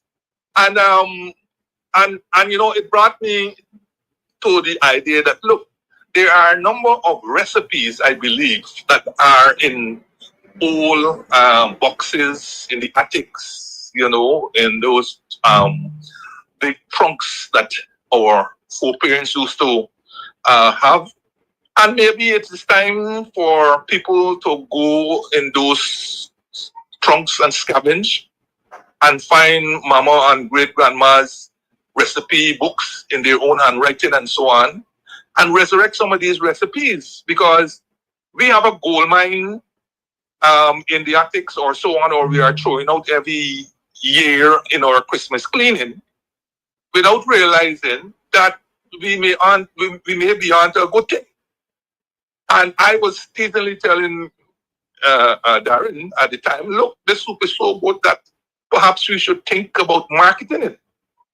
You know, and while I was teasing him, I'm dead serious. The soup was so good that I believe it has potential for marketing capabilities. And those who are looking forward anxiously to the 100,000, and we had talked about this a couple of programs ago, that perhaps they can take some of it and look in terms of entrepreneurship. You know, jams and jellies, all our grandmas and great grandmas, jams and jellies, recipes and soup recipes and fufu recipes and all these different things. You know, and maybe it's time also to reactivate some co-ops where we can be pooling monies and so forth, and pooling resources to get some of these entrepreneurial activities going. You know, as a way of sustenance and as a way of After the no confidence. So to speak, and especially given my program 2, I think last week, I think it was, where I showed you it didn't make much sense investing money in the banks when the interest rate that they are giving you is so negligible and it's well below even the inflation rate. So your money is losing value from the time you put it into the banks. So you need to have that money work for you, and we need to have more mentorship among particularly our young people and our women, so that they are engaged in more entrepreneurial activities as opposed to looking for a yard work or so on. Well, there's dignity in all kinds of labor and so forth. I don't think that should be held as a banner as to why we should continue having our women folk, particularly engaged in guarding other people's places and being spat upon and all this kind of story. And I think some guidance and mentorship and so on, some seed money and so forth, could be put towards their way, and have them start there. You know, very early back in the day, I used to see people knitting. I don't see people knitting these days. I mean, you may have one now and then when they're bored and so on. But people used to be knitting and selling dollies and all kinds of things for Christmas and so on. You know, we need to reactivate those things. You know, even a simple thing as sugar cake. That, you know, I remember my grandmother used to be making sugar cake every weekend, right? Whether it's chipped or grated and so on, and the colored ones and so forth. Even something like that. The art of party has been lost, and we're now depending on imported sugar cake. You go in the shops, it's imported sugar cake. Trinidad has been able to market hard channel. It's selling here like wildfire. You know hard channel, Kiraki? Yes. We had a village in the Yankee crispy crisp. Taste it, you will like it. He had a good thing going, but of course he has died, and that legacy perhaps didn't catch on. You know, so he used to walk around the parks and sell the channel. Mm-hmm. There's so many things, tamarind balls. Yeah. You know, and so on, that can be made. They're simple. There's no big set of technology. There's no big set of resources that are required. And these things can be made. And of course, we start out with the village economy, right? And especially the schools and so on. And then branch out from there. I just think the mentorship, the education, the leadership, you know, I think I heard you saying about some program that you have coming up shortly in Buxton, where you're trying to target a certain group and expose them to this kind of mentorship and so on. These are programs that have to be done continuously, and I hope our folks can contribute financially and otherwise to such programs, you know, and help push these people along, you know, into these areas rather than having to have these measly jobs of guards and so on, where even the simple thing as the NIS is not being paid, you know. So yeah, so I thought I would mention those two as areas. And you're quite right. I would be talking about SONA because that seems to be the buzz. Yeah, of course. Seems to be the buzz. Money makes the world go wrong. Money makes the mouth go wrong too. Yes. The buzz is that Sonam's president has announced $750 for each citizen from the royalties of oil and gas. And the headlines have gone around the world and so forth. Sonam has collaborated with a firm called Total Energies, which is a subsidiary of Total, the French French giant, to exploit what they call the Grand Morgu development, which is located in offshore in Block 58. That is their mini Stabroek block that we have over here. That block 58 is estimated to contain in excess of 750 million barrels of oil. And out of this, Sonam expects to produce 220,000 barrels per day by time force oil, which is now scheduled for the year 2028. So, President Santoki announced a financial instrument named Royalties for Everyone, or RVI. Royalties for Everyone, which is a financial instrument. And here are some of the features as I could have distilled them. One, this RVI offers the people of Suriname a share in future oil royalties. And, okay, let me leave that piece to come back. The condition is that you must be a Surinamese living in Suriname. That's one of the conditions. He made it very clear. So it is not that he's not saying that they are overseas or diaspora Surinamese and so on. But he's saying what is a practicality, a practical matter. It will be difficult to include all Surinamese who you don't know living overseas to make an estimate of the feasibility of a program that you want to put in. So it has been made very clear. The condition, the principal condition is that you must be a Surinamese who is living in Suriname. Which is what we suggested when they first came out with this $200,000 per household. And I amended it to $100,000 for each individual Guyanese adult, 18 plus, who was resident in Guyana.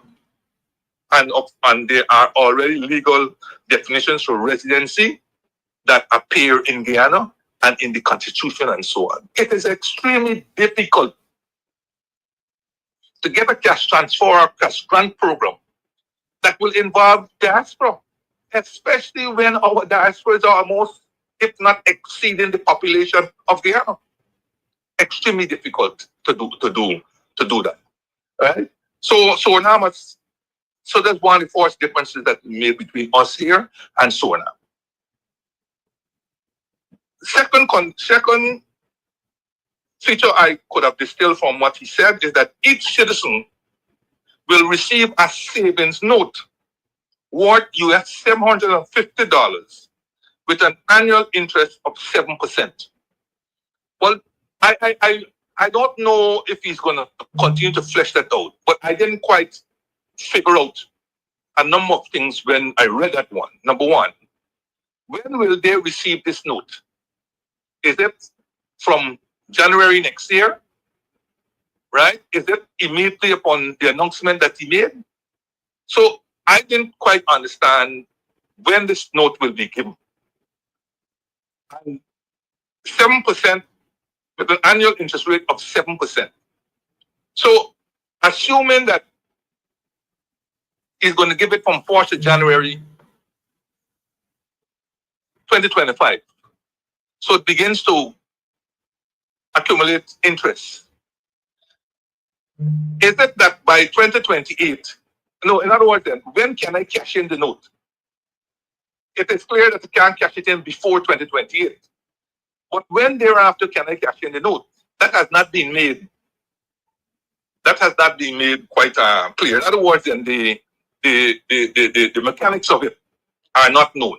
And I don't know whether maybe not to take away from the euphoria of the announcement that everybody will be getting 750, and you're leaving the mechanics of its implementation later. But these things need to be told up front.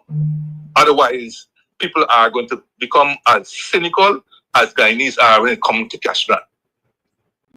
He said also that the money will be paid out in future from the royalty income of Block 58. Right? So, of course, as I said just now, this money is not immediately available. So, after the little jumping up and so on, when you read the fine print, you realize that money is not available. A lot of people didn't seem to understand that. Because I heard a couple of people on different programs talking about, so now I'm giving you 750 and we only getting 500 and so on. All right? But the money is not available immediately, but we have to admit that Sonam is making certain that that 750 is not eroded by inflation by giving you an interest rate of 7% every year. So that by the time you're ready to collect, it will still have an equivalent value of 750 or more.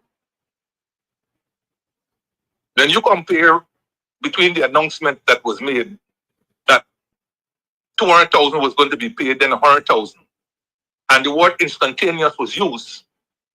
So now, that 100,000 is already lost value.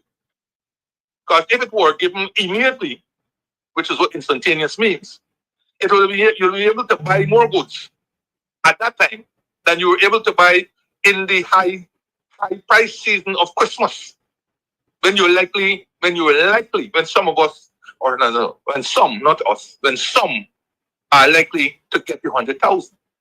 Okay? So they're not giving you that 100,000 with interest. That 100,000 already lost value. It's probably worth 90,000 at the moment. And declining every day that you don't get it. All right? So Sonam was accounted for that. That's another difference. He says that the amount, that 750, is listed in US dollars, but payable in Suriname dollars. All right? So you will not lose if there's a devaluation, because the 750 is 750. And if there is a devaluation, you'll be paid the equivalent, but in Suriname dollars. You're not going to get the US dollar. You're not going to get the US dollar payout. You're going to get Suriname dollars, which is obvious. I mean, the legal currency in Suriname is Suriname dollars for the purpose of the circulation of money in the domestic economy, not US dollars. He says that the government will be exploring options for elderly people and the disabled to receive payment before 2028, which is also a good positive move generally, because to wait to 2028, a number of people are going to die by then. Of course, a number of people will also be born. But for the elderly folks and so on, they would like to see they get money now. The devil will be in the details though, because Suriname is in an IMF program. And so they are subject to the dictates of the IMF. And they will be precluded from borrowing from banks or any other place, even if they were willing to give them. They will be precluded under the IMF program from doing so. And Total Energies, as I recall earlier, a month or two ago, had already signaled to the government that they were not prepared to give them any advance on royalties or any other payment that they are expected to make. So I'm not sure whether this was being a bravado kind of gesture or not, because it will be difficult for them to source money. I didn't say it's impossible, but in the context of their economy, in the context of them being in an IMF program, and also where the investor, Total Energies, is saying that they're not prepared to give any advance on royalties and so forth, those may send negative signals to other potential lenders. And so I'm not sure where he's going with this and why he's announced it. I shouldn't say I'm not sure why he announced it and so on. But what people may not know. So first of all, this is a very positive development, of course. In hindsight, perhaps it's an approach which the coalition government could have taken while there.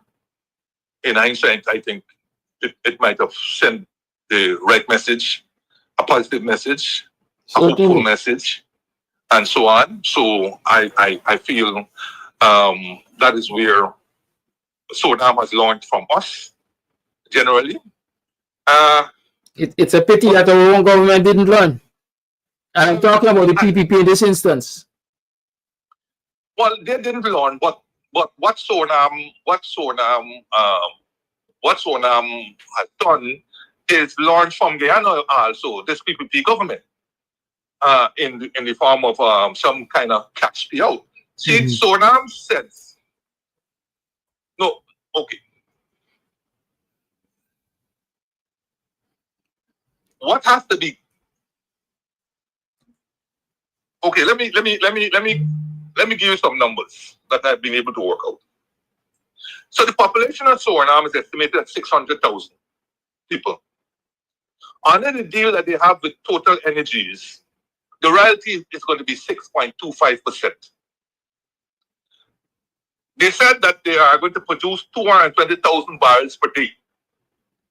And they have averaged a price of US $70 per barrel, even though they might be on the high end come 2028, when it is expected that the economy, the world economy might very well have an excess of production and so on. But I put it on the high price. I use an average price of $70 US per barrel. So it means that from 220,000 barrels per day and a royalty of 6.25%, that Sonam can expect a royalty in terms of barrels of oil of 13,750 barrels per day,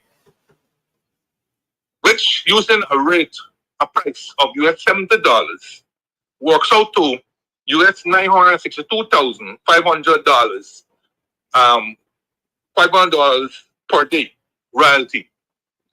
And using 360 days in a year, give or take a 5-day downtime and so on, it will result in royalties of $346,500,000 US that will be payable to Sonam in a given year. $346,500,000 US in royalties per annum that will be payable to Sonam. All right. Now, as I said, the population of Sonam is 600,000, roughly, thereabout. Assuming no increase in population, no increase or decrease in population, so 600,000 all the time. And at 750, which is what the savings note that they are proposing to give, that will mean that Sonam will have to make a payout of $450 million. $450 million if they were prepared to pay all at one time. So that will be $450 million at the instant time. At the end of 2025, if they were to give it, say, January 1, at the end of 2025, adding 7% to that figure will take it to $481,500,000. At the end of 2026, again, if you adjust for the 7% interest, it will take it to $515,205,000. At the end of 2027, again, adjusted for 7% interest, the amount payable would be $551,269,350. And at the end of 2028, adjusting another 7%, the amount payable by the Sonam government for this scheme will be $589,858,205, which is nearly $600 million. All right. So, and that would be at the end of 2028, when 2028 is when they expect foresight. So if they were to put, my concern with this was that they said they were taking a portion of the future of the royalties that they will get to make this payout. But I don't see the two adding up, because if everybody were to take their demand their 750, say in year 2029, so now will not have the monies to make the payout, because as I said, their annual royalties per year will be $346,500,000. And they will only be getting these royalties post 2028. So, and every year that they don't make the payout to the citizens, it goes up by another 7%. And remember, I'm making assumptions of zero increase in population and all these kinds of story, right? And so they can't just assume that the population will be static in year one, and people can't continue to apply. This thing will go on, in perpetuity until the oil runs out. That's the impression I got, because he quoted the Constitution saying that the citizens of Suriname must benefit from the patrimony of the country as it relates to the natural resources of the country. She quoted that in the Constitution. So what I want people to remember is that, like Guyana, Suriname has an elections next year. They have an elections next year. So the question obviously becomes, is this an elections gimmick? Is it an elections gimmick designed to bring support? Because remember, it's one of those feel-good, euphoric type of initiative. So is it an elections gimmick? Of course. And we come back. Sorry? Of course it is. And we come back to the whole question of why not promulgate a law? Why not promulgate a law to enshrine this? So that if you lose the elections, it will be hard for the newcomer to dissolve the law. If you really genuinely believe in this, why don't you codify it in law? Because, like I said, the devil is in the details. When you strip away all the euphoria and so on, the devil is in the details. Like I said, I like it. It is not dissimilar to what the Buxton proposal is. It's not dissimilar. And like I said, and I think in the constitutional reform, we should adopt a similar approach, which is putting in the Constitution that the citizens of Guyana must benefit from the patrimony of the country, in particular, the natural resources of the country. That should be enshrined in the Constitution.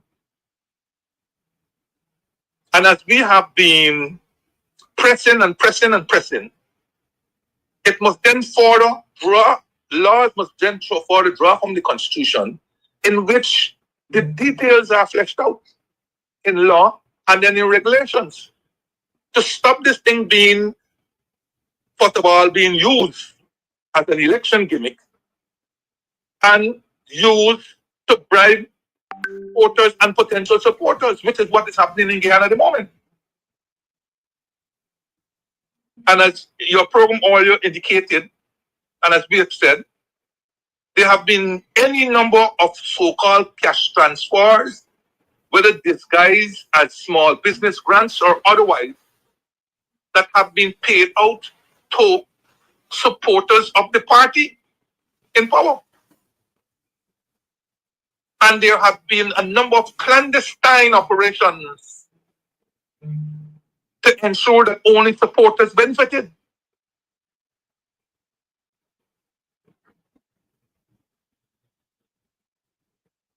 So unless these things enshrined in law, and unless the mechanics are spelled out in clear details, we are going to continue to be in this scenario that we have.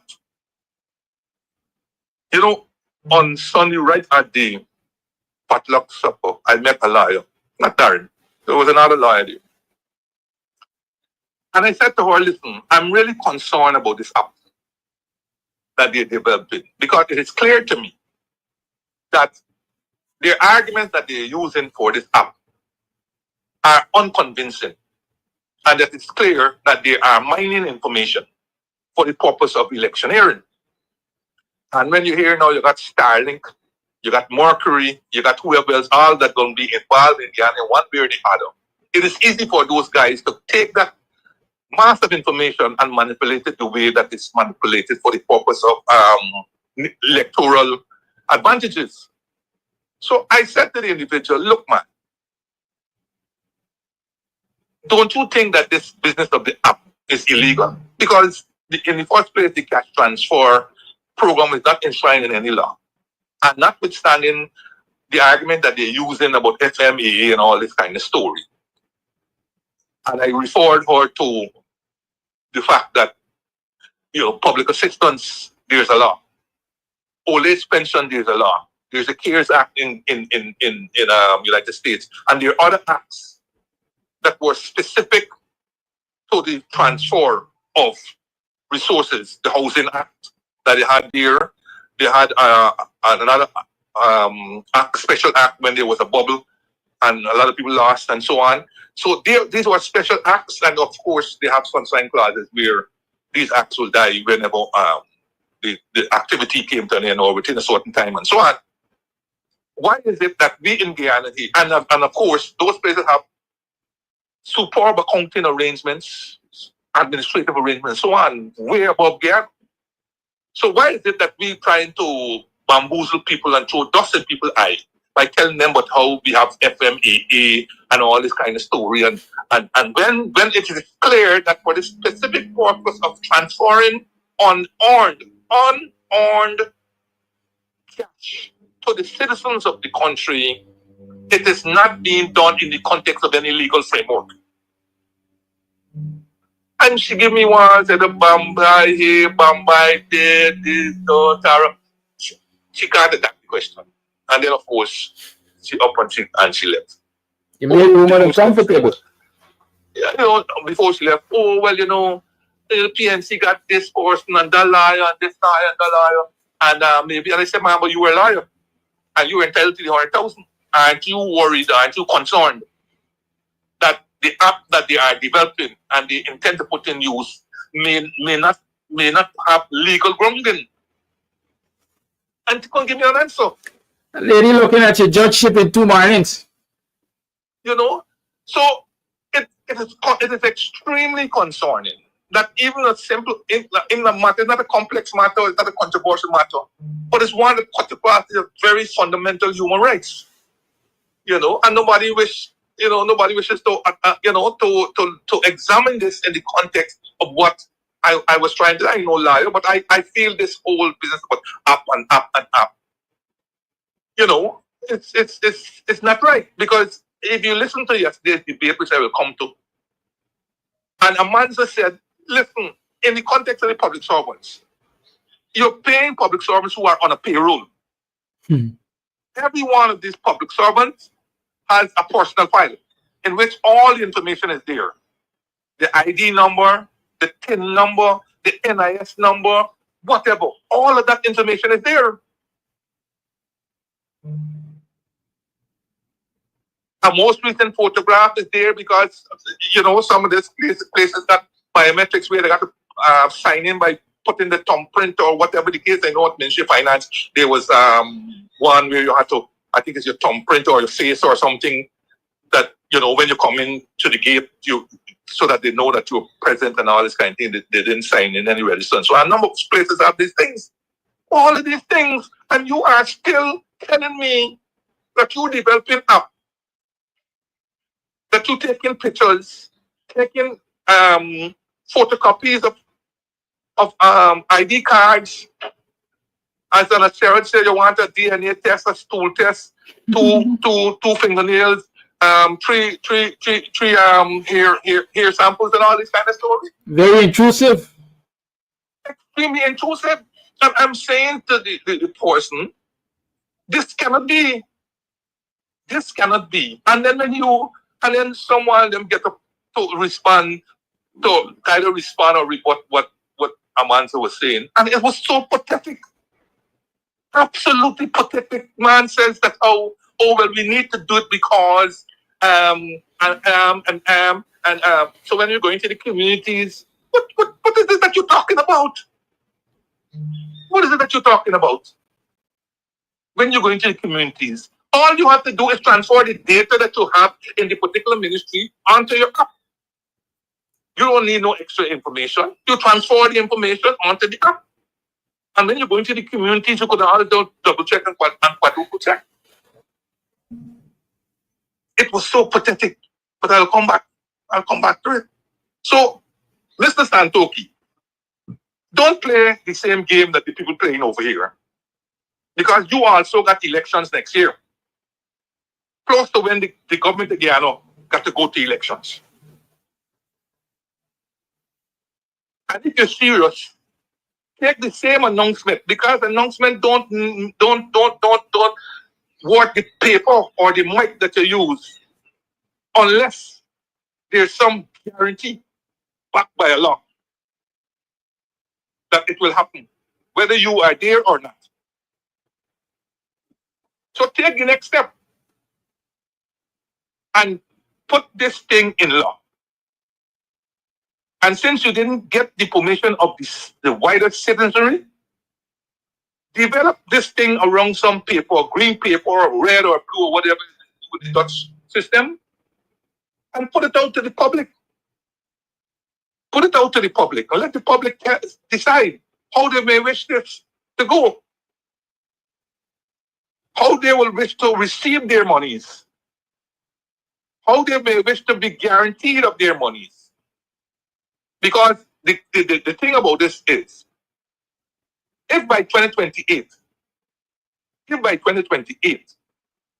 oil prices are hovering, say, around $50 or $45 a barrel, is the government still liable to pay the $750 US multiplied by all the 7%, compounded 7% by that time? Is the government still liable to pay? You see where I'm going with this, Kidaki?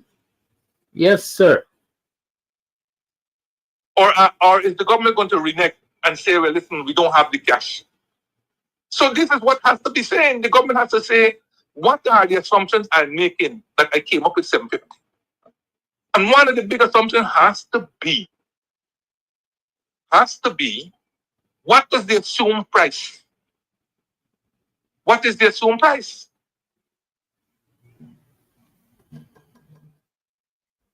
Would the 750 form, is it going to be cut if there's cut in royalties and all this kind of story?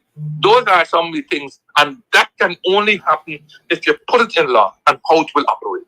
So, Mr. Santoki, you got a plus. It's a plus. The announcement is a plus, right? It's a plus, and mea culpa, it is one that the coalition government could have thought about and put out there, right? We did do the second part, which was to put in place a natural resource fund, because I don't know what would have been able to help us if the coalition government did not put such a fund in place.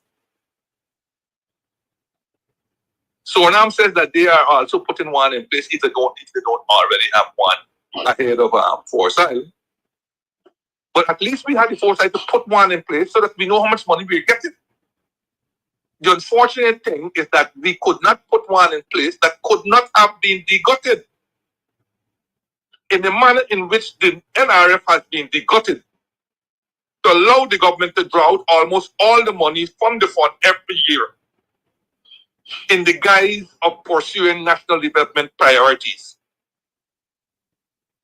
That is the unfortunate thing. People blame us, but they don't seem to understand that the advice that was given to us by the Attorney General's chambers was that only the Constitution could have provided for anything in excess of a simple majority. It is the Constitution that determines and has provided for when you have to get 2/3 and all this kind of thing. So we couldn't just put in a law and arbitrarily decide that you can't change it without 2/3. It had to be adjusted in the Constitution to allow that to happen.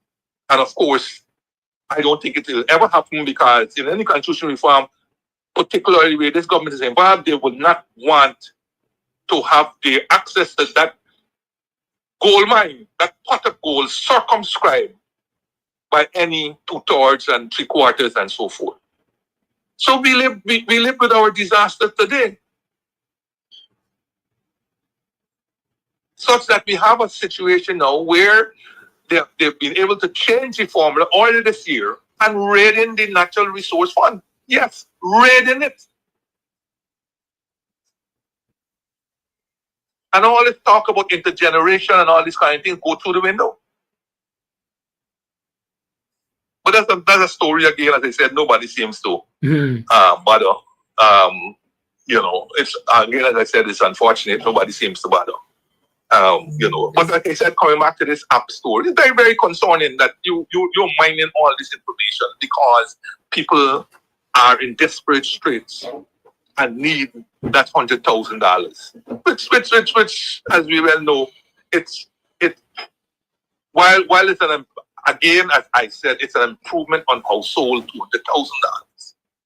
Also, I made the reference to the fact that we should develop a green people, because this might be a one-off cash grant, but it doesn't mean that more cash grants in future are not there.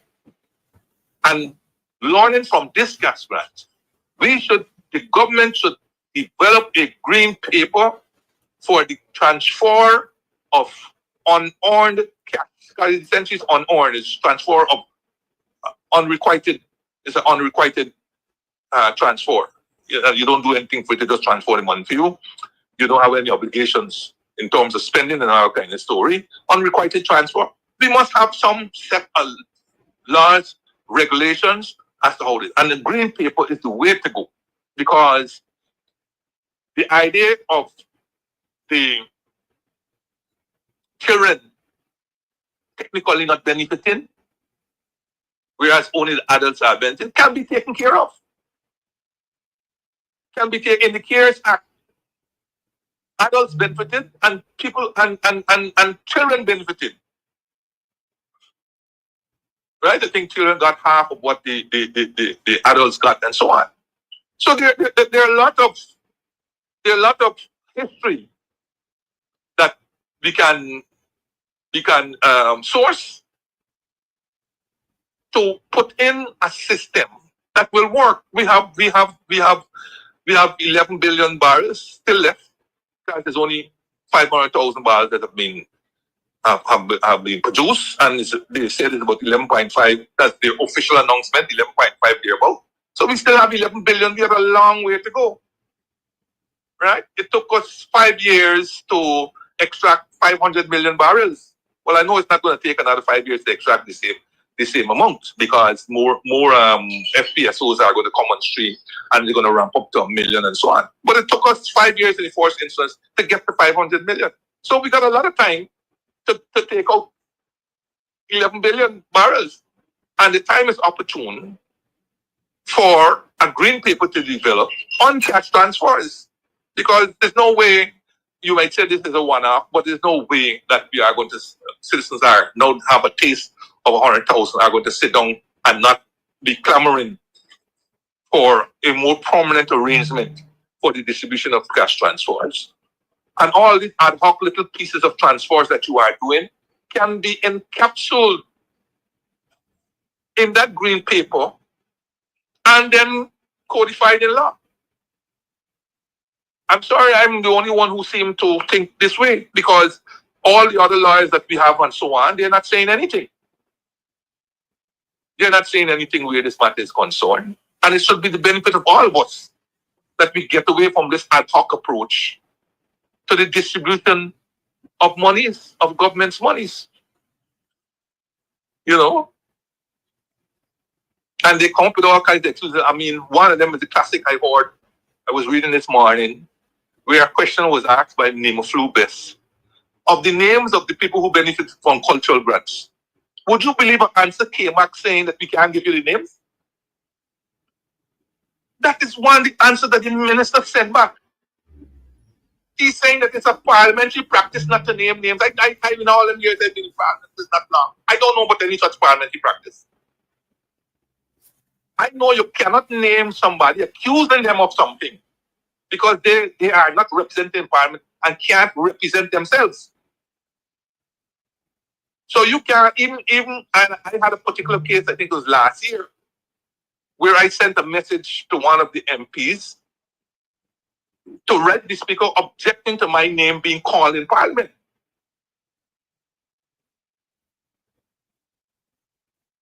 In a negative manner. An accusation which had that person come out to the Parliament, because Parliament is privileged speech, and said it outside the precincts of the National Assembly, he would have had to walk up the court steps.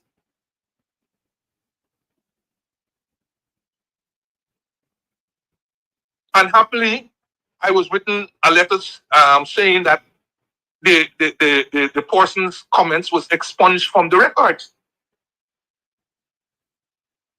I only say happily, but I mean, when people listen to the debates, they may be expunged from the record, the answer of the thing.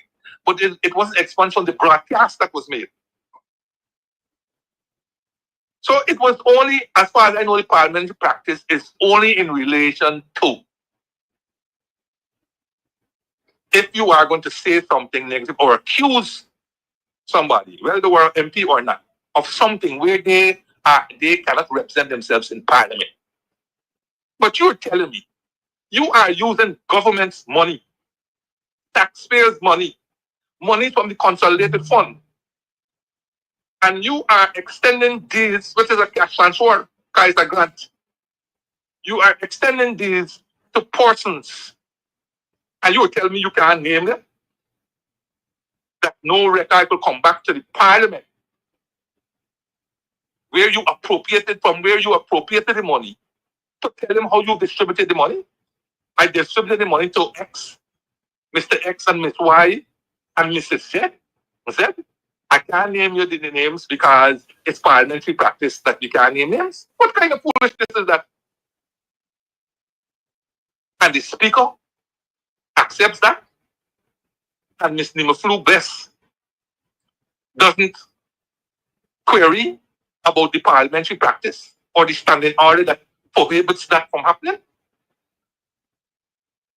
I mean, it's so reading it this morning, I was so upset. So you were telling me you have no way of knowing whether these grants that were actually given out to, first of all, people who should have benefited. You have no way of finding out what was the criteria used to give out these grants. You don't have no way of finding out whether these grants that were given to some people, the feedback on them. You have no way of knowing who got these grants, whether they're going to get another one next year, and the other year. I can tell you, I know of no parliament practice. And I stand corrected if you bring up one. And if you bring up one, I would fight for it to be removed. Where you're telling me you're giving out money, you're giving out taxpayers' money. Monies that have been appropriated from the Parliament. Money coming from the consolidated fund. And you're telling me you can't name the people who these monies went to?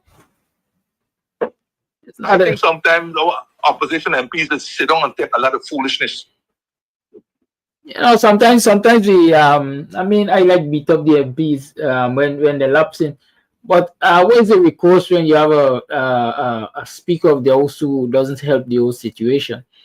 And I dare argue that the reason this minister is giving this answer that they can't name people is because, like, you remember when I just said he doesn't want to give the list of roads I think that were to be done because it will create I can't remember if it was social disruptions or something in the society. They just don't want people to understand the level of discrimination. But you see, look, I will be up. But it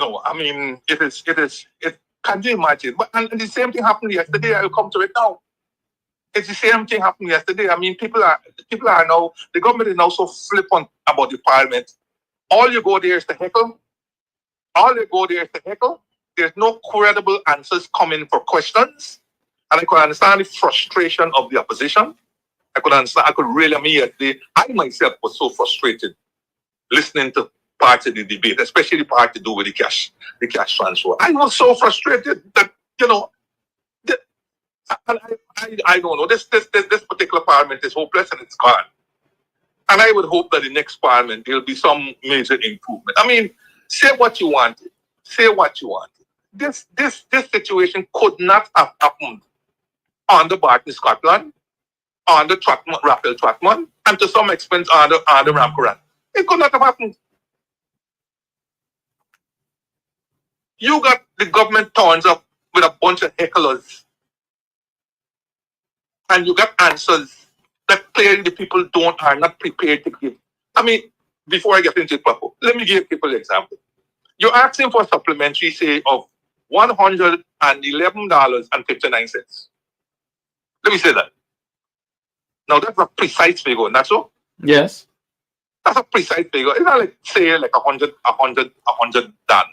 It's $111.59. It's a precise figure. Yet still, when I asking you for the details that brought you to this figure, you're giving me a lot of foolishness. You can't tell me how you precisely got $111.59. You got giving me two hoops and what the coalition did and what they did and we for the people and everything except to tell me how the $111.59, how you arrive at it. You know, I mean, I heard so many foolishness in yesterday's. I don't know. I don't want to use the word debate, but I heard so much foolishness. I am wondering whether the government side, because they're the one principal using, had taken an opportunity to understand their own ministries. You know, I mean, some of the food. But anyway, let's. So you had this presentation of another huge request for supplementary of $84.5 billion. So let's put it in some context. So recall that the budget was presented on February the 2nd of this year, and it was a massive $1.146 trillion. Right? For those who don't understand that, let's say it was $1,146 billion. Right? That's the magnitude of it. Billion with 9 knots, 9 zeros. So you had that massive budget presented on February 2nd, 2024, and passed later that month. In about less than 6 months, the government was back to the parliament with a supplementary financial papers 1 and 2 for $40.75 billion. $40.75 billion. You already got a budget of $1.146 trillion that was presented and passed without a comma change in February of 2024. And in less than 6 months, you gone back to $40.6 billion. And what is more, I would say, particularly galling, because there were 2 financial papers, 1 and 2. Papers 1 and 2. Paper 1 will normally be what they call advances from the contingency funds. What does this mean? The government has 3 funds. It has a consolidated fund, which is the main account. And there are 2 subsidiaries of this account, the contingency fund and the deposit fund. And the contingency fund says exactly what it is. It's a fund for contingencies, unforeseen circumstances, right? For which the allocation, if there's one, is insufficient. The allocation, if there's none, there's 0 allocation. And the fact that if we don't do this thing immediately, it will have grave circumstances and impacts for the economy. Right? Now you just present a budget for $1.146 trillion and in less than 6 months. In less than 6 months, you already dipping your hand in the contingency fund. There are unforeseen circumstances so soon after the budget that you got to dip your hand into the contingency fund. And then the supplementary. The supplementary is if no monies were budgeted for a certain event, and now you have to go to Parliament for it. Or if monies were budgeted and you project that there will be a shortfall, right? You project that there will be a shortfall, then you go for additional monies and so on, right? That will be supplementary. But again, anyway, so the government went papers 1 and 2, 40.75 billion. Now it brings papers 3 and 4 for $84.5 billion, right? $84.5 billion. So that comes up to roughly $125 billion, or 11% of the budget. This is not of a budget that the coalition used to take. The best I think we made was about $300 billion or something there, about close to that. This is a budget that was almost four times the biggest budget of the coalition government. And you're still going back for supplementary provision? At the time, when you have several 530 meetings, because the last 530 meeting was the grand meeting. That was the grand meeting. Don't forget that all of them were going around different communities and shouting at contractors out of they're behind this, gun and tara. So you can't finish the 1.46 billion, but you want another 125 billion, equivalent to 11% of the budget. And again, paper 3 was contingency advances from the contingency fund, and paper 4 was again another supplementary. And the paper 3, for roughly $4 or something million in contingency, that was for 1 month alone. That was for 1 month alone. So there's something substantially, the government don't have the absorptive capacity, but yet the government continues to appear at the Parliament for more and more funds. And again, I will put a lash again on the Auditor General. The Auditor General office is woefully understaffed. It's woefully inadequate to deal with this massive upsurge in spending, right? And the Auditor General will do well. Well, I know he's coming to his retirement. God bless him in retirement. And I hope that they will get somebody with the experience and the caliber to transform that office into what it should really be.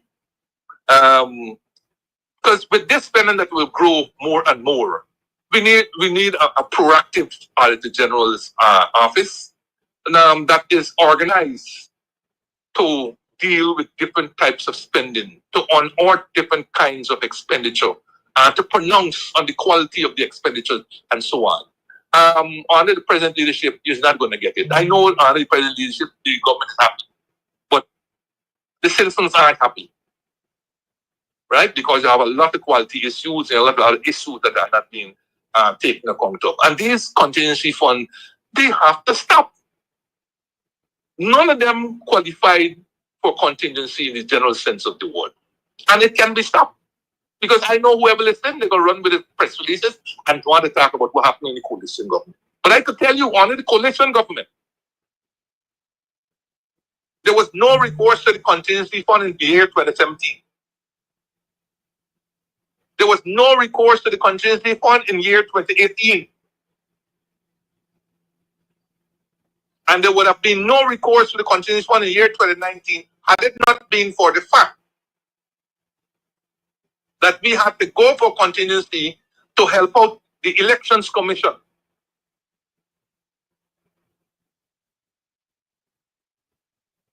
And I think 2 other things, one of which is a payment that we had to make to a certain person against a certain judgment. There would have been no recourse otherwise for those.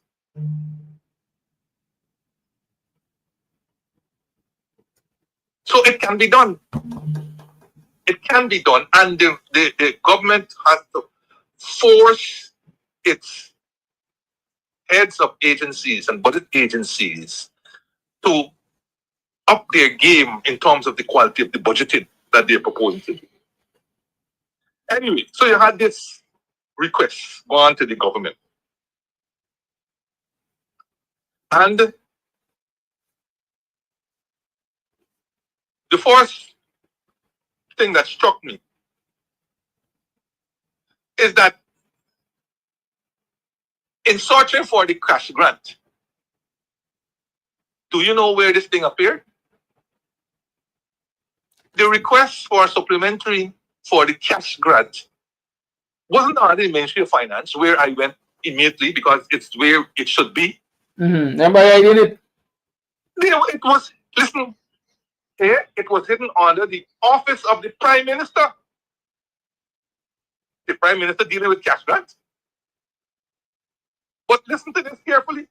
So that was the head. You know what was the subhead? The subhead was titled Disaster Preparedness, Responses and Management. Listen, I kid you not, listen. The PDC. The stakeholders, all of you who are listening and so on, I kid you not. The request for $30.5 billion was hidden under the office of the Prime Minister, under the subhead, Disaster Preparedness, Responses and Management. I could only conclude that the cash transfer is a disaster. No, that was immediate conclusion. But wait a minute, I didn't realize the cash transfer was a disaster, because that is where the thing was happening. Disaster preparedness, right? Then the carelessness with which the thing was prepared. In the explanation, the column for the explanation, it says this, quote, it is to provide additional resources, the word additional resources, for the cash grant distribution to every citizen above 18 years of age. Let me go over that carefully because you might miss what I'm trying to get at. The explanation for the request of $30.5 billion is to provide additional resources for the cash grant distribution to every citizen above 18 years of age. So let me dissect that for you carefully. This particular head had a voted provision which was appropriated of $7 billion and $72 million. $7 billion and $72 million. Right? Now, apparently the $72 million of that $7 billion and $72 is for the CDC. But you know what is the $7 billion for? The $7 billion apparently is for cost of living measures. This is appearing under the head Disaster Preparedness, Responses and Management. This $7 billion is for cost of living measures as announced in the budget as an omnibus item. I couldn't believe it. So when the word additional, when the goodly MP Annette Ferguson, God bless her, stood up to say the word additional connotes that you're requesting more money to pay this cash transfer. You know what the Prime Minister gets up and said? Look, I don't want to think because I'm a Miss Coty and I ain't got the thing in front of me and so on. But essentially, summarize. Essentially, he got up, said nothing of substance, and tried to, in a way, give the impression that what Annette Ferguson was asking, was self-explanatory, plain to see, and all this kind of story, and that she was misguided or confused because the $7 billion 72 was something, and the fact that we are all the MP was asking was whether you have already started the cash transfer program using the 7 billion that was budgeted at the time. Couldn't answer. He could not answer any question related to it because this cash transfer is wrongly placed. And the question has to be asked, why is that placed properly where it's supposed to be, which is the Ministry of Finance? I have my reasons why I think it's not under the Ministry of Finance. I am thinking that see trouble coming down the line and then by saving themselves. But the Prime Minister is not protected. It's only the President is protected. Well, that's why I said they're saving themselves. They're exposing the Prime Minister. Who the hell is Mark? It's this clear God bless the good soldier that he was out of his depth. They're giving him basket to fetch water. They're giving him basket to fetch water. And I don't know when he is attempting to do the impossible of trying to fetch that basket with water. Whether he's trying to do the impossible. But it seems that he wants to do the impossible. So having not gotten the proper answer, the speaker then puts Anna person to rest and moves on to the next person who I believe was my pal or whatever the case may be. But it was a sad sight to see. The Jagdeo promised, after we said this thing should be codified in law, he said at one of his press conferences, look, we will be going to Parliament, there will be a debate, right, where all the questions will be asked and answered and blah, blah, blah. And then the money will be voted, the bill will be passed, a portion thing, gazetted, law, and all kind of stuff. You know this business about the debate, what they call a debate, on this $30.5 billion request. Took half an hour. Half an hour to appropriate $30.5 billion that is as murky as the Demerara River. $30.5 billion. And most of the questions were not answered. And everything was drowned out by massive heckling. And that is what you call in a debate for such a large sum of money. Then the warden, Miss Lawrence, got up and indicated that this warden needs to be adjusted because it will be reflected in the Hansard when it is wrong. I don't know what they did, but I can say to you, the carelessness of every citizen above 18 years of age. When they had originally said 18 and above. So now you're excluding citizens who are 18 years old. And of course, there's no mention of the cutoff date. There's no mention of the cutoff date for becoming 18 years old. In other words, then, that thing had to be readjusted and corrected to read. And it's not additional because they're not going to be using the $7 billion. It is to provide resources for the cash grant distribution to every citizen 18 years and above as at 1st January 2025. That is what that note should have read.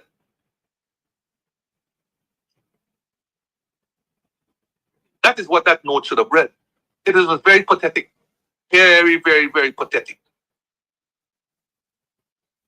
Then questions were asked. Why 30% again? Look, the guy didn't say 30 billion. He said he was requesting 30.5 billion. So that suggests that you are targeting 305,000 individuals. 305,000 individuals. Question. How did you come up with the target of 305,000 individuals? Can you break it down? How many public servants? How many pensioners? Broken down by old age pensioners? NIS pensioners? Public service pensioners? And whoever else? Public servants broken down by teachers?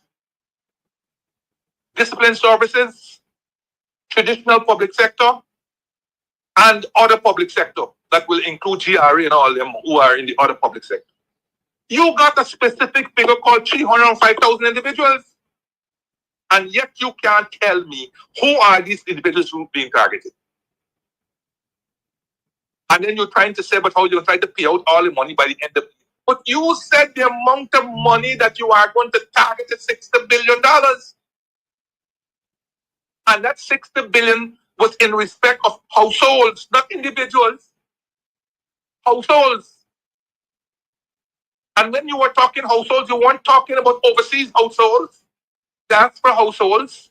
You were talking only of households in Guyana. So how can the 60 billion remain 60 billion? Because you don't know how many diaspora Guyanese, and they're going to be a large number of them, because they can come home for Christmas as usual, who will be making their appearance for their monies. So, Mr. Prime Minister,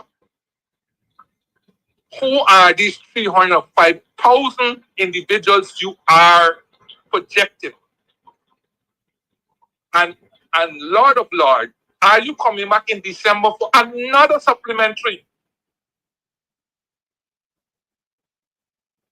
Are you coming back in December for another supplementary? Who are these 305,000 individuals that are going to be targeted for payment?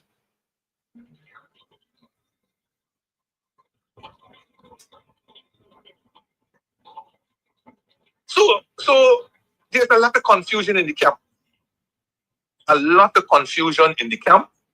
And I can see the desperation of people. A number of people I have, whether I'm on the road or by my home here or so on, are coming to me asking for explanation. I don't know. I'm happy to do it, but I don't know why they think that I can give them explanations. I mean, they may feel thing, but I must confuse myself as to where this is going. The information is scrappy. It's piecemeal, right? It's scrappy and piecemeal. There seem to be no oversight of the operations. You know, you're asking the Prime Minister to come and take licks for 30.5 billion, but somebody else is going to be implementing it. The whole thing seems to have gone awry. The wheels falling off, and people are becoming agitated because by now they are home to start getting money. Now, I don't know the public servants, if they are going to get in their paychecks, they are going to see. Well, this month has gone. They've already sent pay sheets and so on to the bank. So December they're going to be flush with cash. It's year-end bonus, it's cash grant, it's salary plus increases and back pay. Waiting. Yes. So, but sticking with the cash fund, I don't know whether they are going to expect to get paid the 100,000 in their bank accounts next month. As it relates, because one of them got up yesterday and talked about the reason why they had to get the pictures for verifying and go to the QBT and so on. So I don't know whether the verification process has to proceed first before the very public servants get paid their monies. Right? I don't know if that, as I said, I don't really know. I'm not close to the thing, and the information that is being put out there is that it's not very helpful, so to speak. But I could only assume that they will get their monies in their bank accounts next month. The other category that they targeted, which is the pensioners, well, they are in the biggest limbo, which is unfortunate because it is the pensioners who really need this money. Again, they have not indicated the category of pensioners that they were talking about. The assumption is that they were talking about old age pensioners, right? And old age pensioners they said 70,000. So that will leave roughly 235,000 persons that they are targeting in this first tranche to get paid. Now, I don't think there are 2.35,000 public servants when I add up teachers, discipline services, traditional public sector and other public sector. I don't think there are 235,000 persons. So you see where we have problems where these matters are concerned. This is the real concern that we have. And as I said, the pensioners, every day somebody's calling me and asking me if I hear anything, pensioners, if I hear anything. I ask them what it is that you want me to hear. No, they say, but you know, you only know. I only know. I don't know. I myself listening now to when they're going to start sharing the old age pension books for 2025. Right? The only thing I know is that they will pay the December pension, old age pension on Monday. That's the only thing I think is safe to say that will happen. But we don't know when distribution of the 2025. There's been no schedule that has been put out there. And worse yet, they have not said what mechanism they will be using to capture the 70,000 pensioners that they have. Whether it's a similar, it can be a similar thing to the public servants, because the public servants are apparently having their picture and everything taken at their work site. Pensioners are all over the place. So I don't know where that is going. But I thought some of these issues should have been mentioned today. I know it hasn't been easy for a number of people, particularly pensioners who are listening, who you have attracted now, Kadaki, who now started listening to this program to hear what I have to say on the pensions generally. I'm sorry I don't have anything much new to indicate. And hopefully those who are listening to the program may rush out and put out their statements, and that will clarify matters. But yesterday was a sad day for what they call debate. And I think this parliament should forever hang its head in shame at the infamy that it has brought in relation to debates, heckling, and all the thing in a serious matter like this cash transfer, where nothing much was announced. And the only inevitable was that the government would have used a simple majority to pass the bill. And it would have been passed by unanimous anyhow, because nobody wants to be blamed for not people not getting money. Money is for people. All right, Kadaki. So fish and chips tonight, Thanksgiving, and let us continue to be safe. Have a good one. Thank you, Mr. John, as usual, and you have a good one too. Thank you viewers for tuning in. It is 5 minutes past the 9 o'clock hour. It's the 28th of November, 2024. I know a lot of you have your Thanksgiving pots on and so on, and your Thanksgiving hats on and so on. Some of you must be cooking since when? Wednesday, Thursday. One thing I like to encourage during this time is always keep in mind the lesser fortunate, those who might be in need, and so avoid waste and share as much as you can. Thank you for tuning in. That's the cash app on the screen there, $KAMSTV. And the Zelle is 862-373-5187 to you at donor. When you use the cash app handle, $KAMSTV, you're going to come to a name that says Rams Communication. It is us. That is us. Worry yourself not. Right? Have a good one. I'll see you tomorrow. Tomorrow is Free Talk Friday, and so we're going to talk about those other things which you didn't get the opportunity to talk about. In the meantime, between time, peace and love is the message. But it can be peaceful and loving to people who are peaceful and loving to you. Have a good one. Bye-bye.